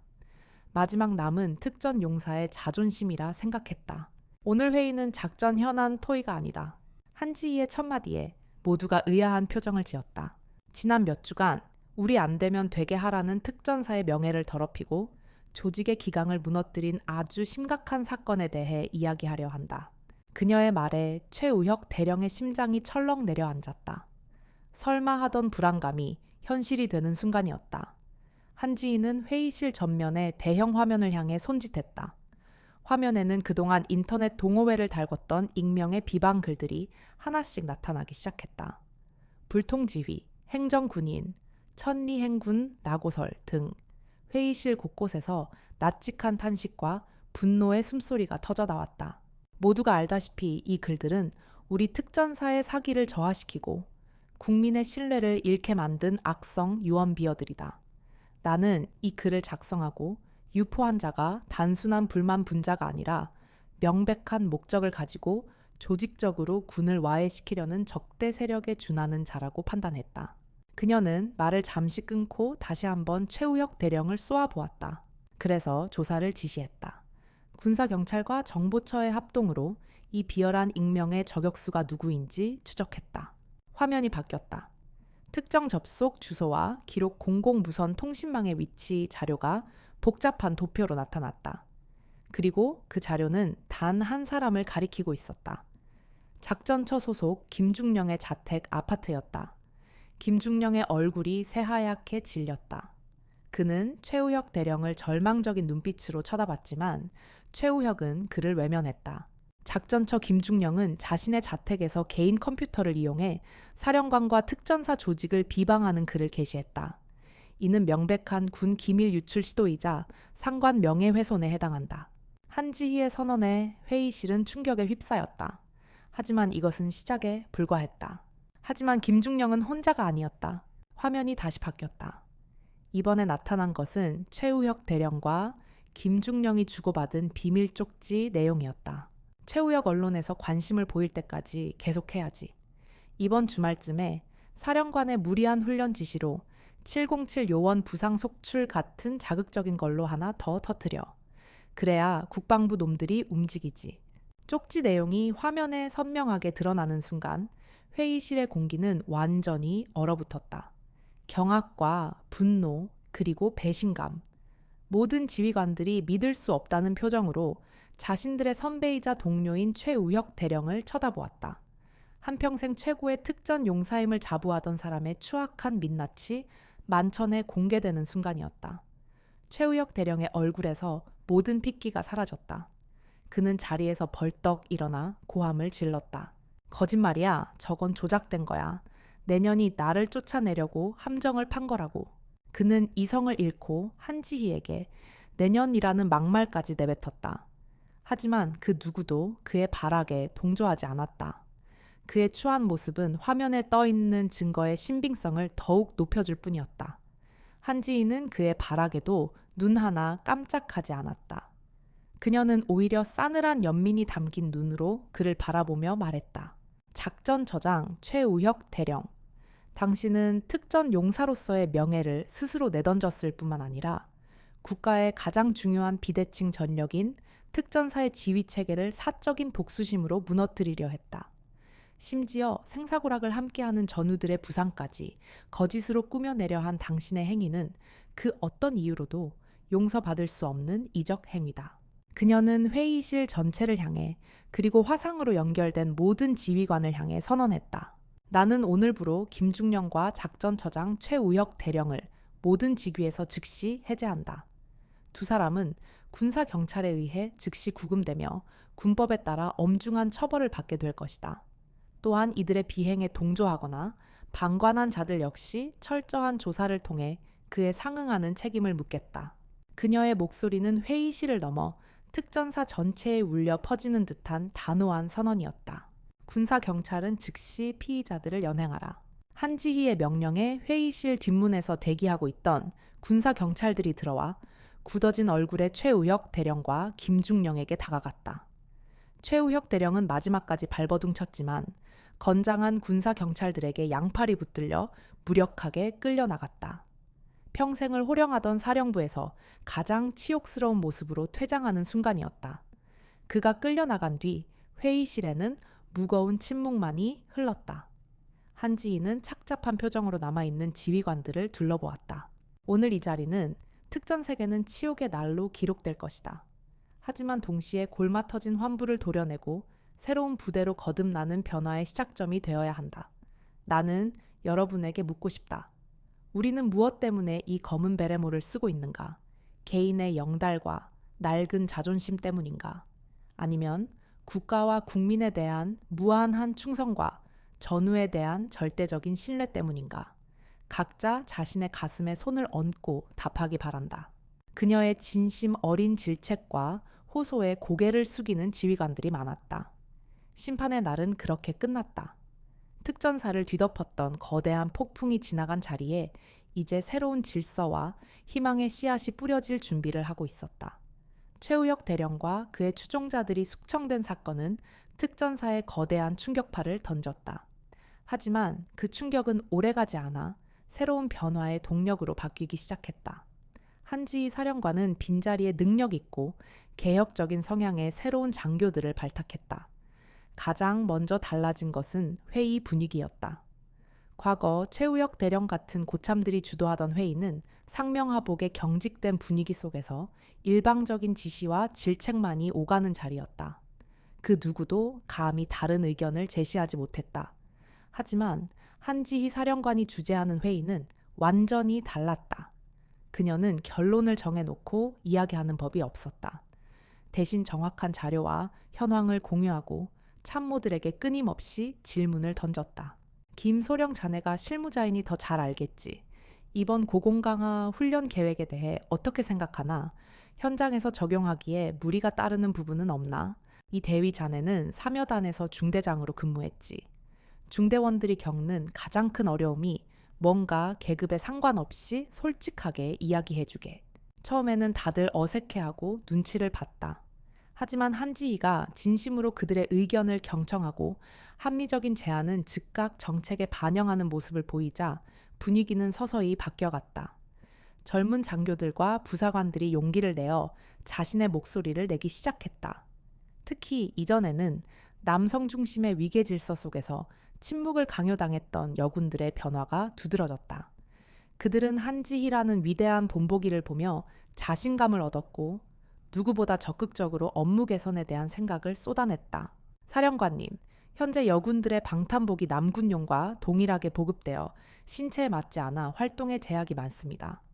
여성 신체에 맞는 방탄복 보급을 건의합니다. 장기 복무하는 부사관들의 자녀 교육 문제가 심각합니다. 격오지 부대 인근의 교육 환경 개선을 위한 지원이 필요합니다. 이러한 건의들은 과거 같았으면 특전사답지 못하게 유난 떤다는 핀잔 속에 묵살되기 일쑤였다. 하지만 한지희는 모든 건의를 귀담아 듣고 군수처장과 인사처장을 불러 즉시 해결 방안을 모색하도록 지시했다. 그녀는 여군만을 위한 특별 대우를 한 것이 아니었다. 특전 용사들이 겪는 불편을 해소하고 전투력을 높이기 위한 합리적인 조치였을 뿐이다. 이러한 변화는 특전사 전체로 퍼져나갔다. 한지희는 보여주기식의 불필요한 보고, 문화를 과감히 없앴다. 대신 실질적인 전투 준비 태세와 장병들의 복지 향상에 모든 역량을 집중했다. 그녀의 지휘 아래 특전사는 싸워 이기는 군대, 본연의 모습으로 빠르게 변모해갔다. 긍정적인 변화는 외부에서도 감지되기 시작했다. 국방부 감사관실이 정기 감사를 위해 특전사를 방문했을 때 그들은 이전과 완전히 달라진 부대 분위기에 놀라움을 금치 못했다. 형식적인 보고와 의전은 사라지고 모든 특전 용사들이 자신의 임무에 자신감을 가지고 임하는 모습, 활기찬 토론이 오가는 회의 분위기는 다른 군에서는 찾아보기 힘든 광경이었다. 감사관은 복귀 후 국방부 장관에게 이렇게 보고했다. 특전사는 현재 대한민국 국군에서 가장 건강하고 역동적인 조직입니다. 한지희 사령관의 지휘 아래 낡은 관행은 사라지고 능력과 소통 중심의 새로운 조직 문화가 뿌리내리고 있었습니다. 이는 정운이 본받아야 할 모범입니다. 언론의 시선도 바뀌었다. 불통지휘 논란을 제기했던 언론사들은 이제 한지희의 개혁적인 지휘력을 조명하는 기사를 앞다투어 내보내기 시작했다. 최초 여성 사령관의 조용한 혁명, 소통과 실력으로 특전사를 바꾼 한지희 중장. 그녀는 더 이상 여성 사령관이 아닌 실력 있는 지휘관으로 인정받기 시작했다. 어느 늦은 가을날 한지희는 경기도 광주에 위치한 특수전학교를 예고 없이 방문했다. 갓 입교한 신임 부사관 후보생들이 진흙탕에서 포복 훈련을 하고 있었다. 그녀는 지휘관석에 앉아 지켜보는 대신 전투복 소매를 걷어붙이고 후보생들 틈으로 들어갔다. 힘든가? 악하지만 할 수 있습니다. 진흙을 뒤집어 쓴 애송이 얼굴에 후보생이 우렁차게 대답했다. 그래, 그 정신이면 충분하다. 하지만 정신력만으로 전쟁에서 이길 수는 없다. 가장 효율적으로 가장 안전하게 임무를 완수하는 방법을 배워야 한다. 내가 시범을 보이지. 그녀는 가장 낮은 포복 자세로 조금의 소음도 없이 철조망을 통과하는 시범을 보였다. 수십 년의 경험이 녹아있는 교과서와도 같은 완벽한 동작이었다. 후보생들은 숨을 죽이고 그 모습을 지켜보았다. 나이와 계급을 떠나 존경심이 우러나오는 순간이었다. 후보생들과 격에 없이 뒹굴고 대화하는 한지희의 모습을 멀리서 지켜보던 학교장은 깊은 감명을 받았다. 저것이 바로 진짜 지휘관의 모습이었다. 가장 낮은 곳의 목소리에 귀 기울이고 말이 아닌 행동으로 직접 보여주는 지휘력. 특전사에 불어온 변화의 바람은 차갑고 거센 폭풍이 아니라 모든 것을 소생시키는 따스한 봄바람과 같았다. 최우혁 대령이 숙청된 후 특전사는 새로운 국면을 맞이하게 되었다. 그가 제거된 작전처의 빈자리는 707 출신의 유능한 작전 전문가인 한지희의 직속 후배 김태준 대령이 맡게 되었다. 김 대령은 최우혁의 무능함과 독선의 오랜 시간 염증을 느껴왔던 인물로 한지희의 개혁에 가장 적극적으로 동조하며 힘을 보탰다. 그는 한지희의 지시 아래 기존의 낡은 작전 계획들을 전면 재검토하고 707 특임단과 예하 여단들의 의견을 적극 수렴하여 현장 중심의 실용적인 작전 계획들을 수립해 나갔다. 한지희의 리더십은 단순히 유능한 인재를 등용하는 데 그치지 않았다. 그녀는 특전사 전 장병들의 사기와 복지 향상에 진심으로 힘썼다. 특히 707 특임단의 경우 대테러 작전이라는 특수성 때문에 극심한 훈련 강도와 스트레스에 시달리고 있었다. 한지희는 707 특임단장과 긴밀히 협의하여 고난도 훈련을 지속하면서도 장병들의 심리적 안정과 재충전을 위한 프로그램을 도입했다. 작전처와 인사처 그리고 의무처가 협력하여 특수전 전문 상담관을 배치하고 정기적으로 멘탈 케어 프로그램을 운영하도록 했다. 사령관님, 이런 심리 상담은 특전 용사들에게는 익숙하지 않은 문화입니다. 오히려 나약하다고 생각할 수도 있습니다. 707 특임단장이 조심스럽게 우려를 표했다. 단장, 특전 용사가 강철 같은 정신력만으로 버틴다는 생각은 이제 낡은 유산에 불과합니다. 진짜 강한 군대는 전투력뿐만 아니라 전후의 고통을 이해하고 보듬어주는 공감 능력까지 갖춘 군대입니다. 707 요원들이 가장 극한의 상황에서 최고의 능력을 발휘하려면 그들의 마음속에 작은 균열이라도 허용해서는 안 됩니다. 우리에게 가장 중요한 자산은 무기가 아니라 바로 사람입니다. 한지희의 진심 어린 설득에 특임단장은 고개를 끄덕였다. 그녀의 지시 아래 707에는 새로운 변화의 바람이 불기 시작했다. 과거에는 묵묵히 혼자 짊어져야 했던 고통과 트라우마를 이제는 전우들과 함께 나누며 극복해 나갔다. 그들의 전투력은 더욱 향상되었고 무엇보다 전우들 간의 신뢰와 단결력이 그 어느 때보다 단단해졌다. 한지희는 또한 훈련 방식의 현대화에도 주력했다. 과거의 무조건적인 반복 훈련에서 벗어나 가상현실 시뮬레이션과 드론을 활용한 실전 같은 훈련 시스템을 구축했다. 특히 특전사에 부족했던 사이버 작전 능력을 강화하기 위해 전문 인력을 양성하고 새로운 전술을 개발하는 데 전폭적인 지원을 아끼지 않았다. 그녀는 이제 군의 최신 트렌드인 유비쿼터스 전장 유비퀴투스 배틀필드 개념을 특전사에 도입하고자 했다. 이는 모든 특전 용사들이 어떤 전장에서든 실시간으로 정보를 공유하고 상황을 완벽하게 통제하며 작전을 수행하는 것을 의미했다. 이러한 한지희의 파격적인 행보들은 처음에는 보수적인 일부 고참들의 반발을 샀다. 전통적인 특전 정신을 훼손한다는 비난도 들려왔다. 하지만 그녀는 묵묵히 결과를 보여주는 것으로 그들의 입을 막았다. 한 달 뒤 진행된 정군연합훈련에서 한지희의 지휘 아래 현대화된 특전사의 실력은 압도적이었다. 사이버 공격과 심리전, 그리고 실전과 같은 침투 작전이 결합된 새로운 전술은 가상의 적을 완벽하게 제압했다. 훈련 결과 보고서에는 특전사가 대한민국 국군의 가장 강력한 비대칭 전력임을 다시 한번 입증했다는 평가가 실렸다. 이 보고서는 국방부 장관의 책상에까지 올라갔고 한지희의 입지는 더욱 공고해졌다. 하지만 한지희는 자만하지 않았다. 그녀는 여전히 새벽 5시면 어김없이 일어나 연병장을 구보했고 매일 밤 늦도록 작전 관련 서류들을 꼼꼼하게 검토했다. 그녀의 이런 모습은 장병들에게 깊은 존경심을 심어주었다. 한편 징계위원회에 회부되었던 최우혁 전 대령에 대한 최종 처분이 내려졌다. 그는 군의 명예를 실추시키고 지휘체계를 교란한 죄로 파면이나 해임이 마땅했으나 한지희 사령관이 제출한 한 장의 의견서가 그의 운명을 바꾸었다. 의견서. 최우혁 대령은 오랜 시간 특전사에 헌신한 인물입니다. 비록 그가 큰 과오를 저질렀으나 한 번의 실수로 그의 인생 전체를 부정하는 것은 지나치게 가혹한 처사일 수 있습니다. 그에게 특전 용사로서 명예를 회복하고 반성할 마지막 기회를 주시길 건의합니다. 한지희의 관용에 많은 이들이 의아해했다. 하지만 그녀는 개인적인 복수심으로 군의 원칙을 흔들고 싶지 않았다. 그녀가 원했던 것은 한 개인의 파멸이 아니라 조직의 건강한 변화였기 때문이다. 결국 최우혁은 강등과 함께 감봉 처분을 받고 특수전학교의 전술학 교관으로 전출되는 것으로 징계가 마무리되었다. 모든 지휘권과 권한을 잃고 이제 막 특전사를 꿈꾸는 후보생들을 가르치는 한직으로 밀려난 것이다. 전출 초기 최우혁은 절망과 분노 속에서 하루하루를 보냈다. 한때 사령부의 심장부에서 특전사의 모든 작전을 쥐락펴락했던 그가 이제는 갓 입교한 후보생들에게 기본 전술을 가르치는 신세가 된 것이다. 그의 눈에는 생기가 없었고 입계는 늘 냉소적인 조소가 걸려 있었다.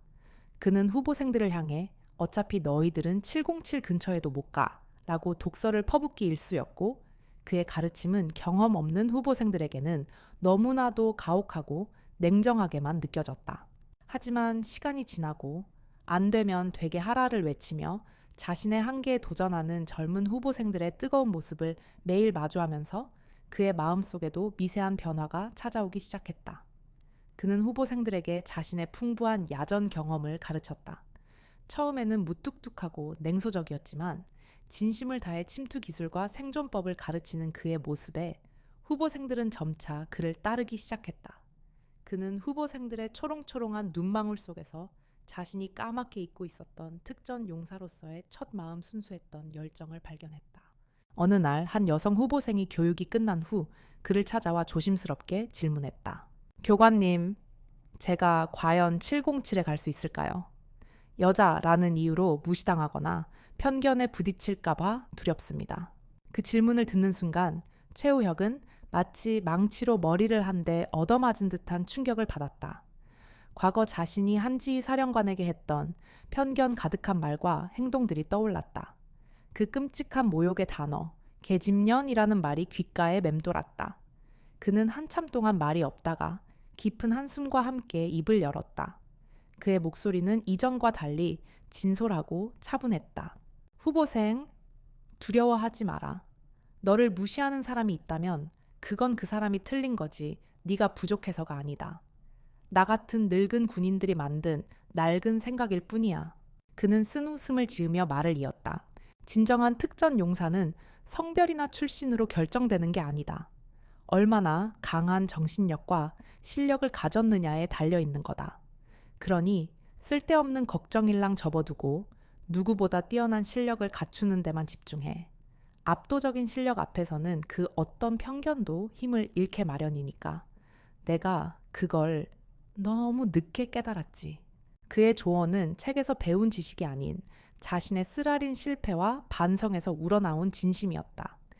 여성 후보생은 그의 진심 어린 조언에 깊은 감동을 받고 눈시울을 붉혔다.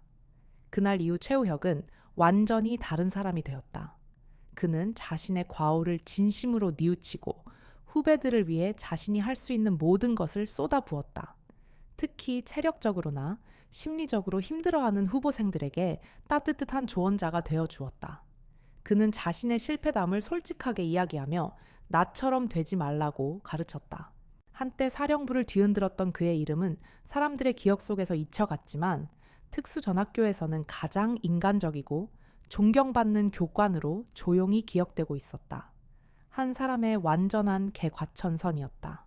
그는 비록 화려한 별은 달지 못했지만 군인으로서 가장 명예로운 마지막을 스스로 만들어가고 있었다.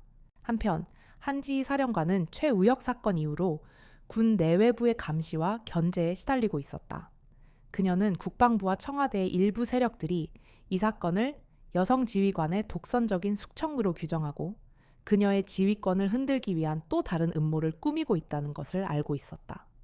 그녀가 가장 신뢰하는 정보처장 박대령이 은밀히 보고해온 내용이었다. 사령관님, 청와대 민정수석실 쪽에서 사령관님의 인사 조치에 대한 감사를 요청하려 한다는 첩보가 들어왔습니다. 아무래도 최우혁 대령 쪽과 연결된 세력인 듯합니다. 한지희는 보고를 받으며 미간을 찌푸렸다. 그녀는 자신의 복수가 단순한 개인의 승리가 아니라 더 크고 추악한 권력 싸움의 희생양이 될 수 있다는 것을 직감했다. 그녀는 그들이 원하는 대로 감정적인 대응을 하지 않았다. 대신 그녀는 진짜 적의 정체를 파악하고 그들을 무너뜨릴 새로운 계획을 구상하기 시작했다. 그녀의 진짜 싸움은 이제부터 시작이었다. 한지희 사령관의 진정한 싸움은 이제부터였다. 그녀는 최우혁과의 싸움이 단지 개인적인 복수가 아닌 거대한 권력의 카르텔과 맺어진 끈끈한 관계의 한 조각이었음을 깨달았다. 그녀는 단순히 최우혁을 숙청하는 것으로는 이 싸움에서 이길 수 없었다. 그녀를 노리는 보이지 않는 손은 더욱 교묘하고 치밀하게 움직였다. 최우혁 사건 이후 그녀가 새로 임명한 참모들에 대한 악의적인 소문과 의혹들이 군 내부망을 통해 은밀하게 퍼져나가기 시작했다. 사령관의 측근들은 대부분 합참 출신, 특전사 출신 경시하는 것 아닌가. 모든 작전 계획을 뒤엎는 독선적 리더십, 군의 사기 저하 심각. 이번에는 외부 언론에 직접 유출되지 않았지만 특전사 내부의 사기를 갉아먹는 교묘한 심리전이었다. 한지희는 이것이 자신을 고립시키고 그녀의 지지 기반을 흔들기 위한 치밀한 작전임을 간파했다. 그녀는 이 모든 소문의 배후에 최우혁과 연결된 군부의 보수 세력, 그리고 그들과 결탁한 정치권 실세들이 있다는 것을 직감했다. 특히 청와대 민정수석실의 인사조치감사 요청은 그녀의 목을 조이는 가장 강력한 압박수단이었다. 그들은 그녀의 개혁이 하극상과 군분의 분란을 초래했다는 프레임을 씌워 그녀를 끌어내리려 했다. 이 싸움은 더 이상 특전사 내부의 문제가 아니었다. 그것은 군대와 정치 권력과 돈이 얽힌 추악한 전쟁이었다. 한지희는 이 전쟁에서 승리하기 위해 그녀의 가장 강력한 무기인 정보와 전략을 사용하기로 결심했다. 그녀는 정보처장 박대령을 다시 집무실로 불렀다. 박대령, 이제부터 우리의 진짜 싸움이 시작된다. 우리는 적을 알아야 한다. 이 모든 음모의 정점에 있는 자들을 추적해 그들의 정치적, 경제적 연결고리를 파헤쳐야 해. 사령관님, 군 정보처의 권한으로는 한계가 있습니다. 특히 정치권 실세들을 조사하는 것은 월권 행위로 간주될 수 있습니다. 합법적인 테두리 안에서 움직이되 필요하다면 나의 모든 것을 걸겠다. 내가 가장 중요하게 생각하는 건 군의 정의를 바로 세우는 일이다. 이 모든 악의 뿌리를 뽑아내야만 우리 특전사가, 아니 우리 군 전체가 살아남을 수 있다. 한지희의 눈빛은 흔들림이 없었다. 그녀는 특수 전사령관의 지위와 권력을 이용해 군 외부의 불의한 세력들과 맞서 싸우기로 결정했다. 이 결정은 그녀의 군 생활뿐만 아니라 그녀의 목숨까지도 위험에 빠뜨릴 수 있는 무모한 행동이었다. 하지만 그녀는 망설이지 않았다.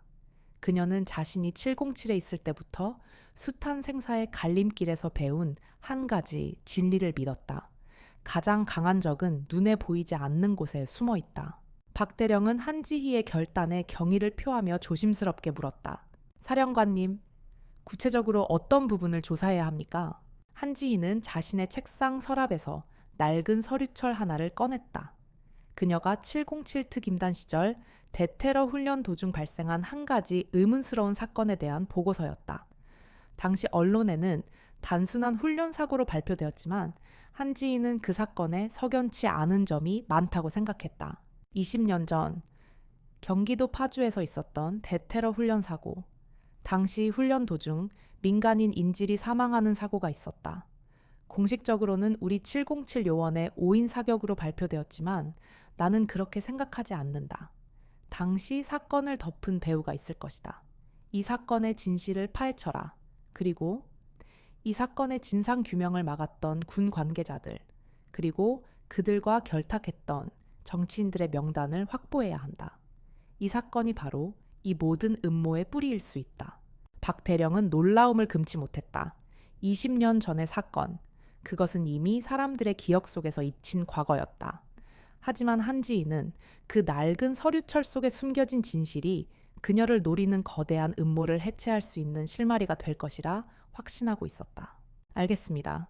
사령관님, 제가 직접 비공식 팀을 꾸려 움직이겠습니다. 박 대령은 돌아섰지만 그의 마음속에는 불안감과 동시에 끓어오르는 정의감이 뒤섞여 있었다. 그는 한지희 사령관의 옆에서 그녀의 방패가 되어주기로 결심했다. 그날 밤 특전사 정보처의 일부 요원들은 국가 안보를 위협하는 내부 적대 세력 조사라는 명목 아래 조용히 임무에 착수했다. 그들의 첫 번째 목표는 20년 전의 낡은 군사 기록 보관소였다. 한지희 사령관의 은밀한 지시를 받은 정보처 비공식 전담팀은 철저히 그림자 속에서 움직였다. 그들의 첫 임무는 20년 전 파주 대테러 훈련 사고의 진상을 파헤치는 것이었다.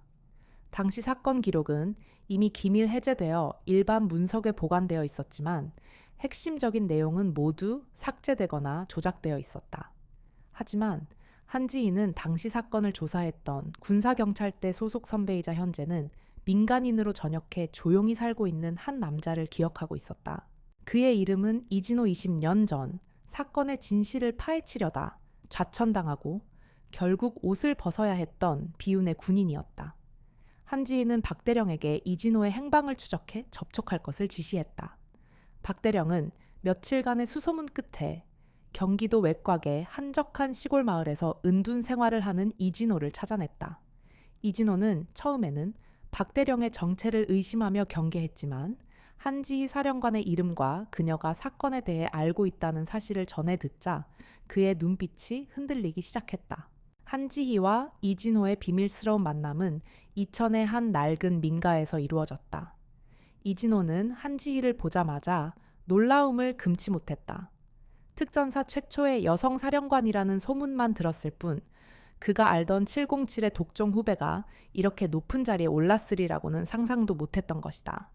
한지희는 조용히 이진호에게 당시 사건의 진실에 대해 물었다. 이진호는 한참을 망설이다 마침내 굳게 닫혔던 입을 열었다. 그때 그 훈련은 처음부터 작전이 아니었습니다. 국방부 장관 아들의 불법 도박 자금 수사망을 피하기 위해 테러범을 위장한 채 민간인 시설로 숨어들게 하려는 작전이었죠. 그런데 그때 인질로 잡힌 민간인이 우발적으로 탈출을 시도했고 그 과정에서 오인 사격으로 사망한 게 아닙니다. 국방부 장관 아들이 직접 쏜 총에 맞아 죽었습니다. 그는 당시 상황을 모면하기 위해 자신의 총기를 버렸고 모든 죄를 당시 현장에 있던 우리 특전 용사들에게 뒤집어 씌운 겁니다. 저와 동료들은 그 진실을 밝히려 했지만 결국 조직에 의해 묻히고 말았습니다. 그때 억울하게 희생된 특전 용사들은 결국 파면되거나 좌천당해야 했습니다. 이진호의 눈에는 분노와 회한의 눈물이 고여 있었다. 그는 20년 전 군의 불의에 맞섰던 정의로운 군인이었지만 결국 권력의 비정함 앞에 무릎 꿇어야 했던 것이다. 한지희는 그의 이야기를 들으며 주먹을 꽉 쥐었다. 분노가 치밀어 올랐다. 그녀는 최우혁이 속해 있던 군부내 보수 세력과 그들과 결탁한 정치권 실세들이 바로 이 사건을 통해 맺어진 카르텔이라는 것을 직감했다. 그들은 자신들의 치부를 숨기기 위해 최우혁을 앞세워 한지희를 공격하고 있었던 것이다. 진실은 밝혀져야 합니다. 선배님, 저희가 억울하게 희생된 전우들의 명예를 되찾아 드리겠습니다. 그리고 그 진실을 덮고 선배님을 좌천시켰던 그들을 심판할 것입니다. 한지희의 단호한 목소리에 이진호는 고개를 떨구었다. 소용없습니다. 그들은 너무 강합니다. 자칫하면 사령관님까지 위험해질 수 있습니다. 제가 아는 한 당시 사건을 무마시켰던 책임자가 현재는 국방부 고위직에 올라 있고 그 아들을 숨겨줬던 정치인 역시 야권의 유력 대선 후보로 거론되고 있습니다. 그들은 자신들의 치부를 지키기 위해서라면 무슨 짓이든 할 겁니다. 이진호의 경고는 단순한 걱정이 아니었다. 그것은 현실의 벽이었다. 하지만 한지희는 포기하지 않았다. 그녀는 이진호의 증언을 확보하고 당시 사건의 자료를 다시 한번 분석하기 시작했다.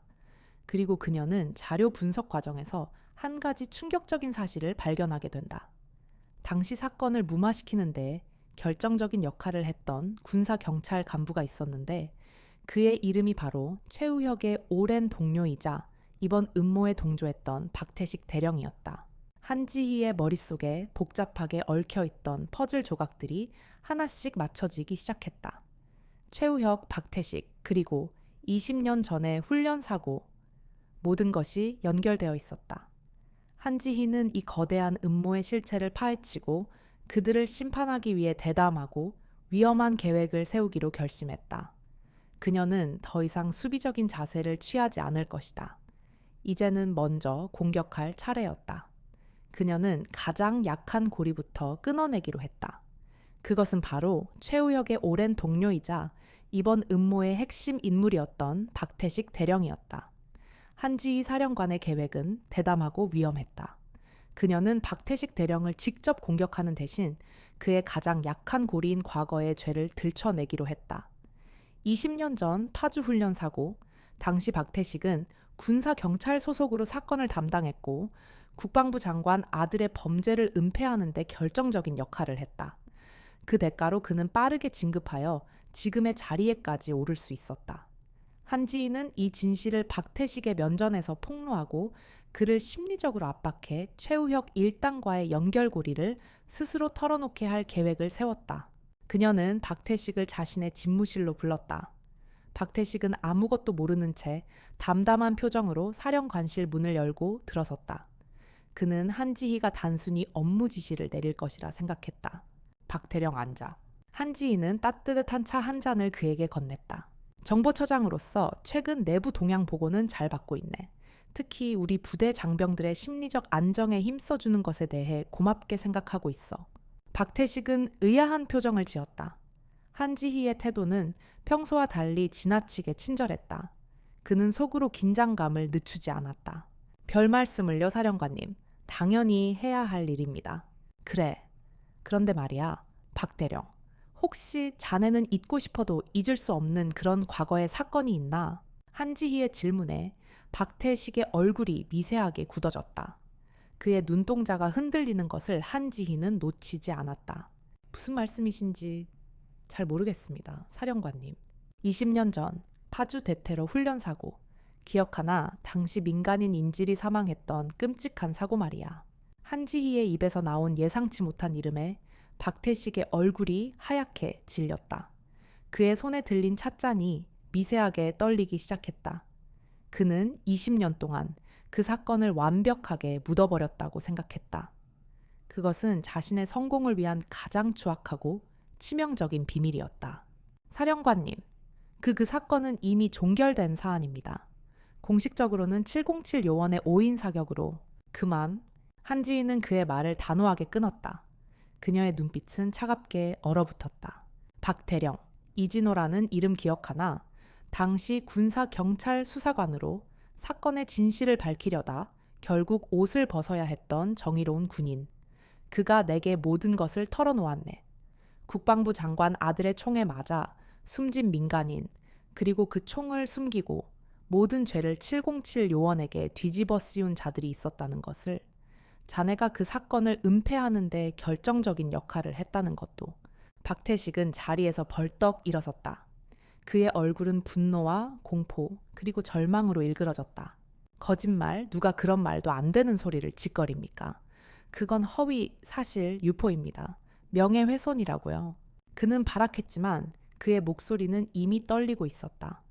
한지희는 냉철한 시선으로 그를 응시하며 말했다. 박 대령, 내가 여기 온 이유를 아나. 나는 그저 특전사의 명예를 회복시키고 싶을 뿐이다. 자네에게 주어진 마지막 기회다. 지금 모든 것을 솔직하게 털어놓으면 자네가 저지른 죄에 비해 관용을 베풀 수도 있다. 하지만 끝까지 거짓말을 하거나 숨기려 든다면 자네의 지난 20년의 삶은 한순간에 무너질 것이다. 한지희의 말은 단순한 협박이 아니었다. 그것은 박태식이 가장 두려워하는 것을 정확히 꿰뚫는 날카로운 비수였다.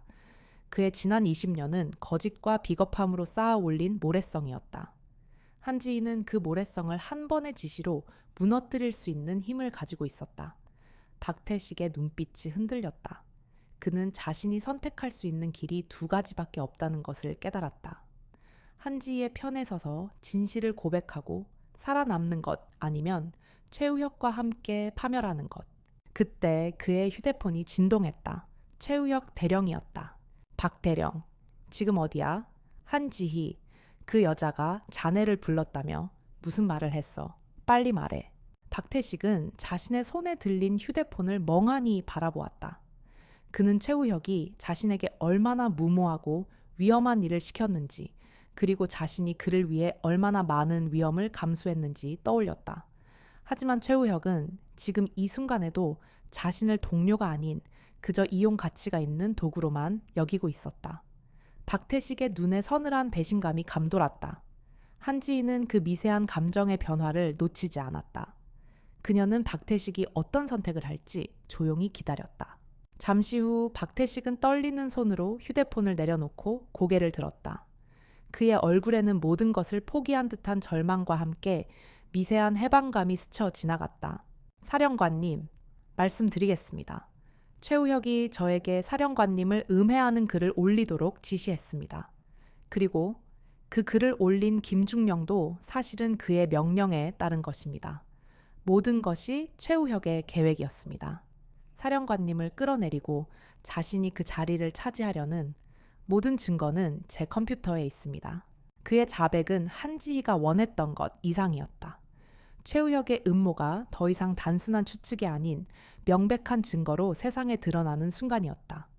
한지희는 조용히 고개를 끄덕였다. 그녀의 표정에는 승리감 대신 복잡하고 미묘한 감정이 서려 있었다. 박태식 대령의 자백은 한지희 사령관의 예상보다 훨씬 더 큰 파장을 불러일으켰다. 그의 자백은 단순히 최우혁 대령의 음모를 폭로하는 데 그치지 않고 20년 전 파주훈련 사고의 진실까지 수면 위로 끌어올렸다. 한지희는 박태식의 컴퓨터에서 최우혁 일당과의 통신 내역은 물론 당시 사건에 대한 은밀한 기록까지 확보하는 데 성공했다. 그 기록에는 당시 국방부 장관의 아들이 민간인을 오인 사격한 사실과 박태식이 그 사건을 은폐하는 데 관여했다는 명백한 증거가 담겨 있었다. 최우혁은 단순히 한지희를 끌어내리려 했던 것이 아니라 자신들의 과거를 지키기 위해 군의 명예와 기강을 팔아넘겼던 것이다. 한지희는 모든 증거 자료를 확보한 뒤 더 이상 지체할 수 없다고 판단했다. 그녀는 박태식의 자백 내용을 토대로 군사기밀 누설 및 군지휘체계 교란 혐의로 최우혁 대령과 김중령을 정식으로 군사경찰에 고발 조치했다. 동시에 20년 전 파주 사건에 대한 재조사를 지시하고 당시 사건을 은폐했던 군부내 고위직 인물들과 그들과 결탁했던 정치인들의 명단을 국방부 장관에게 보고했다. 그녀의 보고서는 군 전체를 뒤흔들 거대한 폭풍의 전주곡이었다. 최우혁은 자신의 음모가 발각되었다는 사실을 꿈에도 모른 채 그날도 여전히 특수전학교에서 후보생들을 훈련시키고 있었다. 그의 얼굴에는 과거의 냉소적인 표정 대신 진심으로 후보생들을 대하는 따뜻한 미소가 번져 있었다. 그는 한 여성 후보생에게 고공 강화 기술을 가르쳐주고 있었다. 자, 후방 낙하 시에는 하체를 뒤로 더 빼야 균형이 잡힌다. 몸에 힘을 빼고 바람에 몸을 맡겨. 두려워하지 마. 그는 후보생의 눈을 바라보며 진심 어린 조언을 건넸다. 그때였다. 학교장이 급히 그를 찾아왔다. 최 교관님, 본부에서 오셨습니다. 급히 할 말이 있다고 합니다. 최우혁은 의아한 표정으로 학교 본부 건물로 향했다. 그곳에는 군사경찰 대대장 강소령이 단호한 표정으로 서 있었다. 강소령의 등 뒤에는 2명의 군사경찰이 미동도 없이 서 있었다. 최우혁은 불길한 예감에 휩싸였다. 강소령, 무슨 일인가? 내가 무슨 죄라도 지었나? 강소령은 최우혁의 말에 아무런 대꾸도 하지 않고 단호한 목소리로 명령을 내렸다. 최우혁 대령을 군사기밀 누설 및 군지휘체계 교란 혐의로 긴급 체포한다. 최우혁의 얼굴에서 모든 핏기가 사라졌다. 그의 눈이 흔들렸다. 무슨 소리야? 이게 다 한지희 그 여자가 꾸민 짓이지. 나는 아무 죄도 없네. 내가 평생을 특전사에 바쳤는데 감히. 강소령은 최우혁의 발악에도 눈 하나 깜짝하지 않았다. 당신의 모든 혐의는 이미 명백한 증거와 증언으로 확인되었습니다. 당신의 범죄 행위는 특전사의 명예를 실추시키고 지휘 체계를 문란하게 한 중대한 범죄입니다. 강소령의 마지막 말은 최우혁의 심장을 꿰뚫는 비수와 같았다. 그는 자신이 평생을 바쳐 지켜왔다고 믿었던 특전사의 명예를 스스로 내던졌다는 사실을 그제야 깨달았다. 그의 눈빛은 절망과 후회로 가득 찼다. 그는 자신이 얼마나 어리석고 헛된 복수심에 사로잡혔었는지 깨달았지만 이미 때는 늦었다. 그는 끌려나가면서도 끝까지 한지희의 이름을 외쳤다. 한지희, 네가 이겼다고 생각하지 마라. 나는 특전사 정신을 지키려 한 것뿐이야. 내가 없으면 특전사는 무너질 거라고. 그의 절규는 학교 운동장을 맴돌다 차가운 바람 속에 흩어졌다. 한때 특전사의 전설로 불렸던 남자의 추악하고 비참한 몰락이었다. 최우혁 대령이 끌려나간 뒤 그의 몰락은 특전사 전체에 충격과 동시에 거대한 변화의 신호탄을 쏘아 올렸다. 한지희 사령관은 더 이상 수비적인 자세를 취하지 않았다. 그녀는 이제 공격적으로 개혁의 칼을 휘둘렀다. 최우혁과 그의 추종자들이 차지했던 모든 요직에는 그녀의 철학과 비전을 공유하는 젊고 유능한 장교들이 임명되었다. 그들은 단지 한지희의 라인이 아니라 능력과 원칙을 겸비한 조직의 미래를 책임질 인재들이었다. 특히 한지희가 가장 중점을 둔 것은 군 내부의 수평적 소통 문화 구축이었다. 그녀는 매주 계급장을 떼고 모든 장병들이 자유롭게 의견을 나누는 오픈 토론회를 개최했다. 병사부터 장교까지 누구든 자신의 의견을 제시하고 건의할 수 있는 자리였다. 처음에는 어색함과 위계 질서에 익숙한 장병들의 침묵이 이어졌지만 한지희가 먼저 솔직한 자신의 경험과 고민을 나누자 분위기는 서서히 바뀌어갔다. 저도 처음 707에 들어왔을 때 남자 동기들과의 체력적인 차이 때문에 좌절한 적이 많습니다. 하지만 저는 포기하지 않았습니다. 남들보다 2배, 3배 더 훈련하고 저만의 강점을 찾기 위해 노력했습니다. 중요한 것은 안 된다고 포기하는 것이 아니라 어떻게 하면 될까를 함께 고민하는 것입니다. 한지희의 진심 어린 고백은 장병들의 마음을 움직였다. 그들은 자신의 목소리가 존중받고 있다는 것을 느끼기 시작했다. 특전세는 이제 병사들의 애로사항 훈련 방식에 대한 개선 제안, 심지어 개인적인 고민까지 오가는 활발한 소통의 장이 마련되었다. 한지희는 이러한 토론회에서 나온 아이디어들을 적극적으로 수용하고 정책에 반영했다. 예를 들어 한 병사가 제안한 전투 식량 개선 프로젝트는 실제 추진되어 장병들의 기회에 맞는 새로운 메뉴가 개발되었다. 또 다른 부사관의 제안으로 장기 복무자의 자녀를 위한 기숙사형 교육 지원 프로그램이 신설되기도 했다. 이 모든 변화는 특전 용사들의 사기를 높이고 그들이 진정으로 안 되면 되게 하라는 정신을 내면화하도록 이끌었다. 한지희의 리더십은 군 외부에서도 큰 반향을 일으켰다. 최초 여성사령관의 조용한 혁명이라는 제목의 기사는 연일 언론의 헤드라인을 장식했다. 한때 그녀를 비난했던 언론들은 이제 그녀의 개혁적인 지휘력을 칭송하며 그녀를 대한민국 국군의 미래라고까지 표현했다. 이 모든 것은 그녀가 말이나 정치적인 수사가 아닌 오직 행동과 결과로서 자신을 증명했기 때문이었다. 하지만 한지희는 이 모든 칭찬과 찬사에 흔들리지 않았다. 그녀는 이 모든 것이 자신을 위한 것이 아니라 정의와 원칙을 바로 세우기 위한 과정일 뿐이라고 생각했다. 그녀의 목표는 단 하나, 대한민국 특전사를 국민이 가장 신뢰하는 조직으로 만드는 것이었다. 그녀의 집무실에는 여전히 새벽까지 불이 꺼지지 않았다. 그녀는 다음 작전을 구상하고 새로운 훈련 계획을 짜며 장병들의 목소리에 귀 기울였다. 한편 최우혁의 파멸은 군분의 보수 세력과 그들과 결탁한 정치인들에게도 큰 경종을 울렸다. 그들은 자신들의 치부가 드러날까 전전긍긍하며 한지희를 더 이상 건드리지 않기로 했다. 그녀는 보이지 않는 적들과의 싸움에서도 완벽한 승리를 거둔 셈이었다. 하지만 한지희는 그들을 추궁하거나 단죄하는 대신 그들에게 깊은 반성의 기회를 주었다. 그녀는 복수가 아닌 화해와 변화를 선택했다. 그녀의 지휘력은 이제 단순히 강한 리더십을 넘어 조직의 치유와 성장을 이끄는 성숙한 리더십으로 진화하고 있었다. 시간이 흘러 한지희는 대한민국 국군 역사상 가장 성공적인 지휘관 중 한 명으로 기록되었다.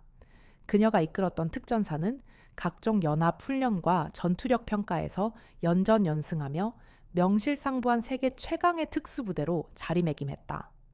그녀가 도입한 소통과 능력 중심의 조직 문화는 한지희 지휘 방식이라 불리며 전군으로 확산되었다. 몇 년의 시간이 더 흐른 후 한지희 중장은 특전사령관 임기를 성공적으로 마치고 대한민국군 역사의 길이 남을 업적을 세웠다. 그녀가 이끌었던 특전사는 각종 연합훈련과 전투력 평가에서 연전연승하며 명실상부한 최강의 부대로 자리매김했다. 그녀가 도입한 소통과 능력 중심의 조직 문화는 한지희 지휘 방식이라 불리며 전군으로 확산되었다. 그녀는 이후 대한민국 최초의 여성 합동참모의장 후보로까지 거론될 만큼 군 안팎의 두터운 신망을 얻었다. 하지만 그녀는 여전히 화려한 조명보다는 묵묵히 자신의 자리에서 임무를 수행하는 것을 택했다. 어느 봄날 국방소식지 기자와 가진 짧은 대담에서 기자가 그녀에게 물었다. 사령관님께서는 군 역사상 가장 성공한 지휘관 중 한 분으로 평가받으십니다. 군 생활 중 가장 힘들었던 순간과 그것을 극복할 수 있었던 원동력은 무엇이었습니까? 한지희는 잠시 창밖을 바라보았다. 그녀의 머릿속에는 수많은 순간이 스쳐 지나갔다.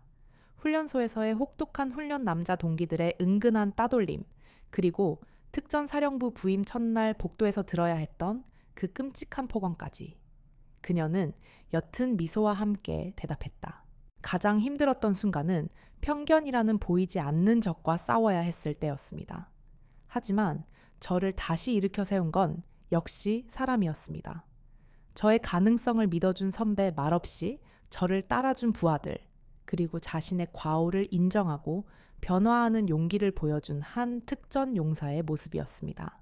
그녀의 말은 최우혁을 의미하는 것이었지만 굳이 그의 이름을 언급하지는 않았다. 저는 사람이 변할 수 있다고 믿습니다. 조직도 마찬가지입니다. 중요한 것은 포기하지 않고 올바른 원칙과 진심으로 소통하려는 노력입니다. 저의 작은 발걸음이 저보다 더 훌륭한 후배, 특전 용사들이 마음껏 능력을 펼칠 수 있는 길을 조금이라도 넓혔다면 그것으로 만족합니다. 이 대담은 많은 이들에게 깊은 울림을 주었다. 그녀의 이야기는 단순히 한 여성 군인의 성공 신화가 아니었다. 편견과 차별 낡은 관습에 맞서 싸우고 진정한 소통과 이해를 통해 조직과 사람을 모두 변화시킨 한 위대한 지휘관의 기록이었다. 한편 특수전학교로 전출되었던 최우혁 전 대령은 여전히 그곳에서 교관으로 근무하고 있었다. 그의 징계는 마무리되었지만 그의 마음속에는 한지희에 대한 깊은 존경과 함께 자신의 과거에 대한 뼈아픈 반성이 자리 잡고 있었다. 그는 매일 아침 거울을 보며 스스로에게 다짐했다. 나는 더 이상 낡은 오만과 편견에 사로잡힌 사람이 아니다. 나는 후배들에게 올바른 길을 가르쳐주는 진정한 교관이다. 어느 날 그는 훈련장에서 한 여성 후보생을 만났다. 그녀는 다른 후보생들보다 체력적으로 조금 뒤처지는 듯 보였지만 눈빛만은 강렬한 의지로 불타고 있었다. 그녀의 모습은 마치 한지희 사령관의 젊은 시절을 보는 듯했다. 최우혁은 그녀에게 다가가 조용히 말했다. 후보생, 힘들면 쉬어가도 괜찮다. 포기하지만 않으면 된다. 여성 후보생은 최우혁의 따뜻한 말에 눈물을 글썽겼다. 그녀는 그에게서 위로와 용기를 얻었다. 교관님, 저는 포기하지 않겠습니다. 제 목표는 오직 707입니다. 707에 가서 저도 언젠가 사령관님처럼 멋진 군인이 될 겁니다. 그녀의 입에서 사령관님이라는 단어가 나오자 최우혁의 가슴이 뭉클해졌다. 그 단어는 더 이상 그에게 분노와 굴욕의 상징이 아니었다. 그것은 그의 인생을 올바른 방향으로 이끌어준 위대한 스승의 이름이었다. 최우혁은 그날 밤 한지희 사령관에게 한 통의 편지를 썼다. 사령관님께 늦었지만 진심으로 사죄드립니다. 제가 얼마나 어리석고 헛된 복수심에 사로잡혔었는지 깨달았습니다. 저의 오만과 편견이 저뿐만 아니라 우리 특전사의 명예를 훼손했다는 사실을 뼈저리게 반성하고 있습니다. 사령관님의 관용 덕분에 저는 다시 한번 군복을 입을 수 있는 기회를 얻었습니다. 저는 이제 후배들에게 진정한 특전 용사의 길을 가르치고 있습니다. 사령관님께서 저에게 보여주신 용기와 관용을 본받아 저도 이제는 더 나은 사람이 되려 합니다. 부디 저의 이 작은 반성이 사령관님의 위대한 길에 도움이 되기를 바랍니다. 존경하는 마음을 담아 최우혁 올림. 최우혁의 편지는 한지희에게 도착했지만 그녀는 답장을 보내지 않았다. 그녀는 이미 알고 있었다. 최우혁이 진심으로 변했다는 것을. 그녀가 그에게 베푼 관용은 단순한 동정이나 연민이 아니었다. 그것은 한 인간의 변화를 믿고 그에게 다시 한번 일어설 수 있는 기회를 준 것이었다. 한지희 중장의 도전은 끝나지 않았다. 그녀는 오늘도 대한민국의 가장 높은 곳에서 가장 은밀한 곳을 살피며 조국을 지키고 있다.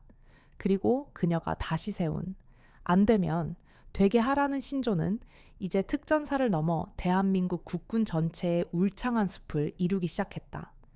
때로는 강철처럼 단호하게, 때로는 전우를 감싸 안으며 따스하게. 그녀의 지휘력은 그렇게 전설이 되어가고 있었다. 이 이야기는 한 사람의 용기가 세상을 얼마나 바꿀 수 있는지 보여주는 우리 모두의 희망에 관한 기록이다. 한지희 중장의 성공적인 임기 후에도 특전사의 변화는 계속되었다. 그녀의 뒤를 이어 취임한 새로운 사령관은 한지희의 개혁을 계승하고 더욱 발전시켰다. 특히 그녀가 강조했던 소통과 능력, 중심의 문화는 이제 특전사의 확고한 정체성으로 자리 잡았다. 707 특임단은 전투력뿐만 아니라 지휘관의 공감 능력까지 평가하는 새로운 인사 제도를 도입했다. 이는 상명하복의 경직된 조직 문화를 개선하고 부하들의 의견을 경청하는 지휘관을 우대하는 긍정적인 변화를 가져왔다. 국방부 역시 한지희의 성공 사례에 주목했다.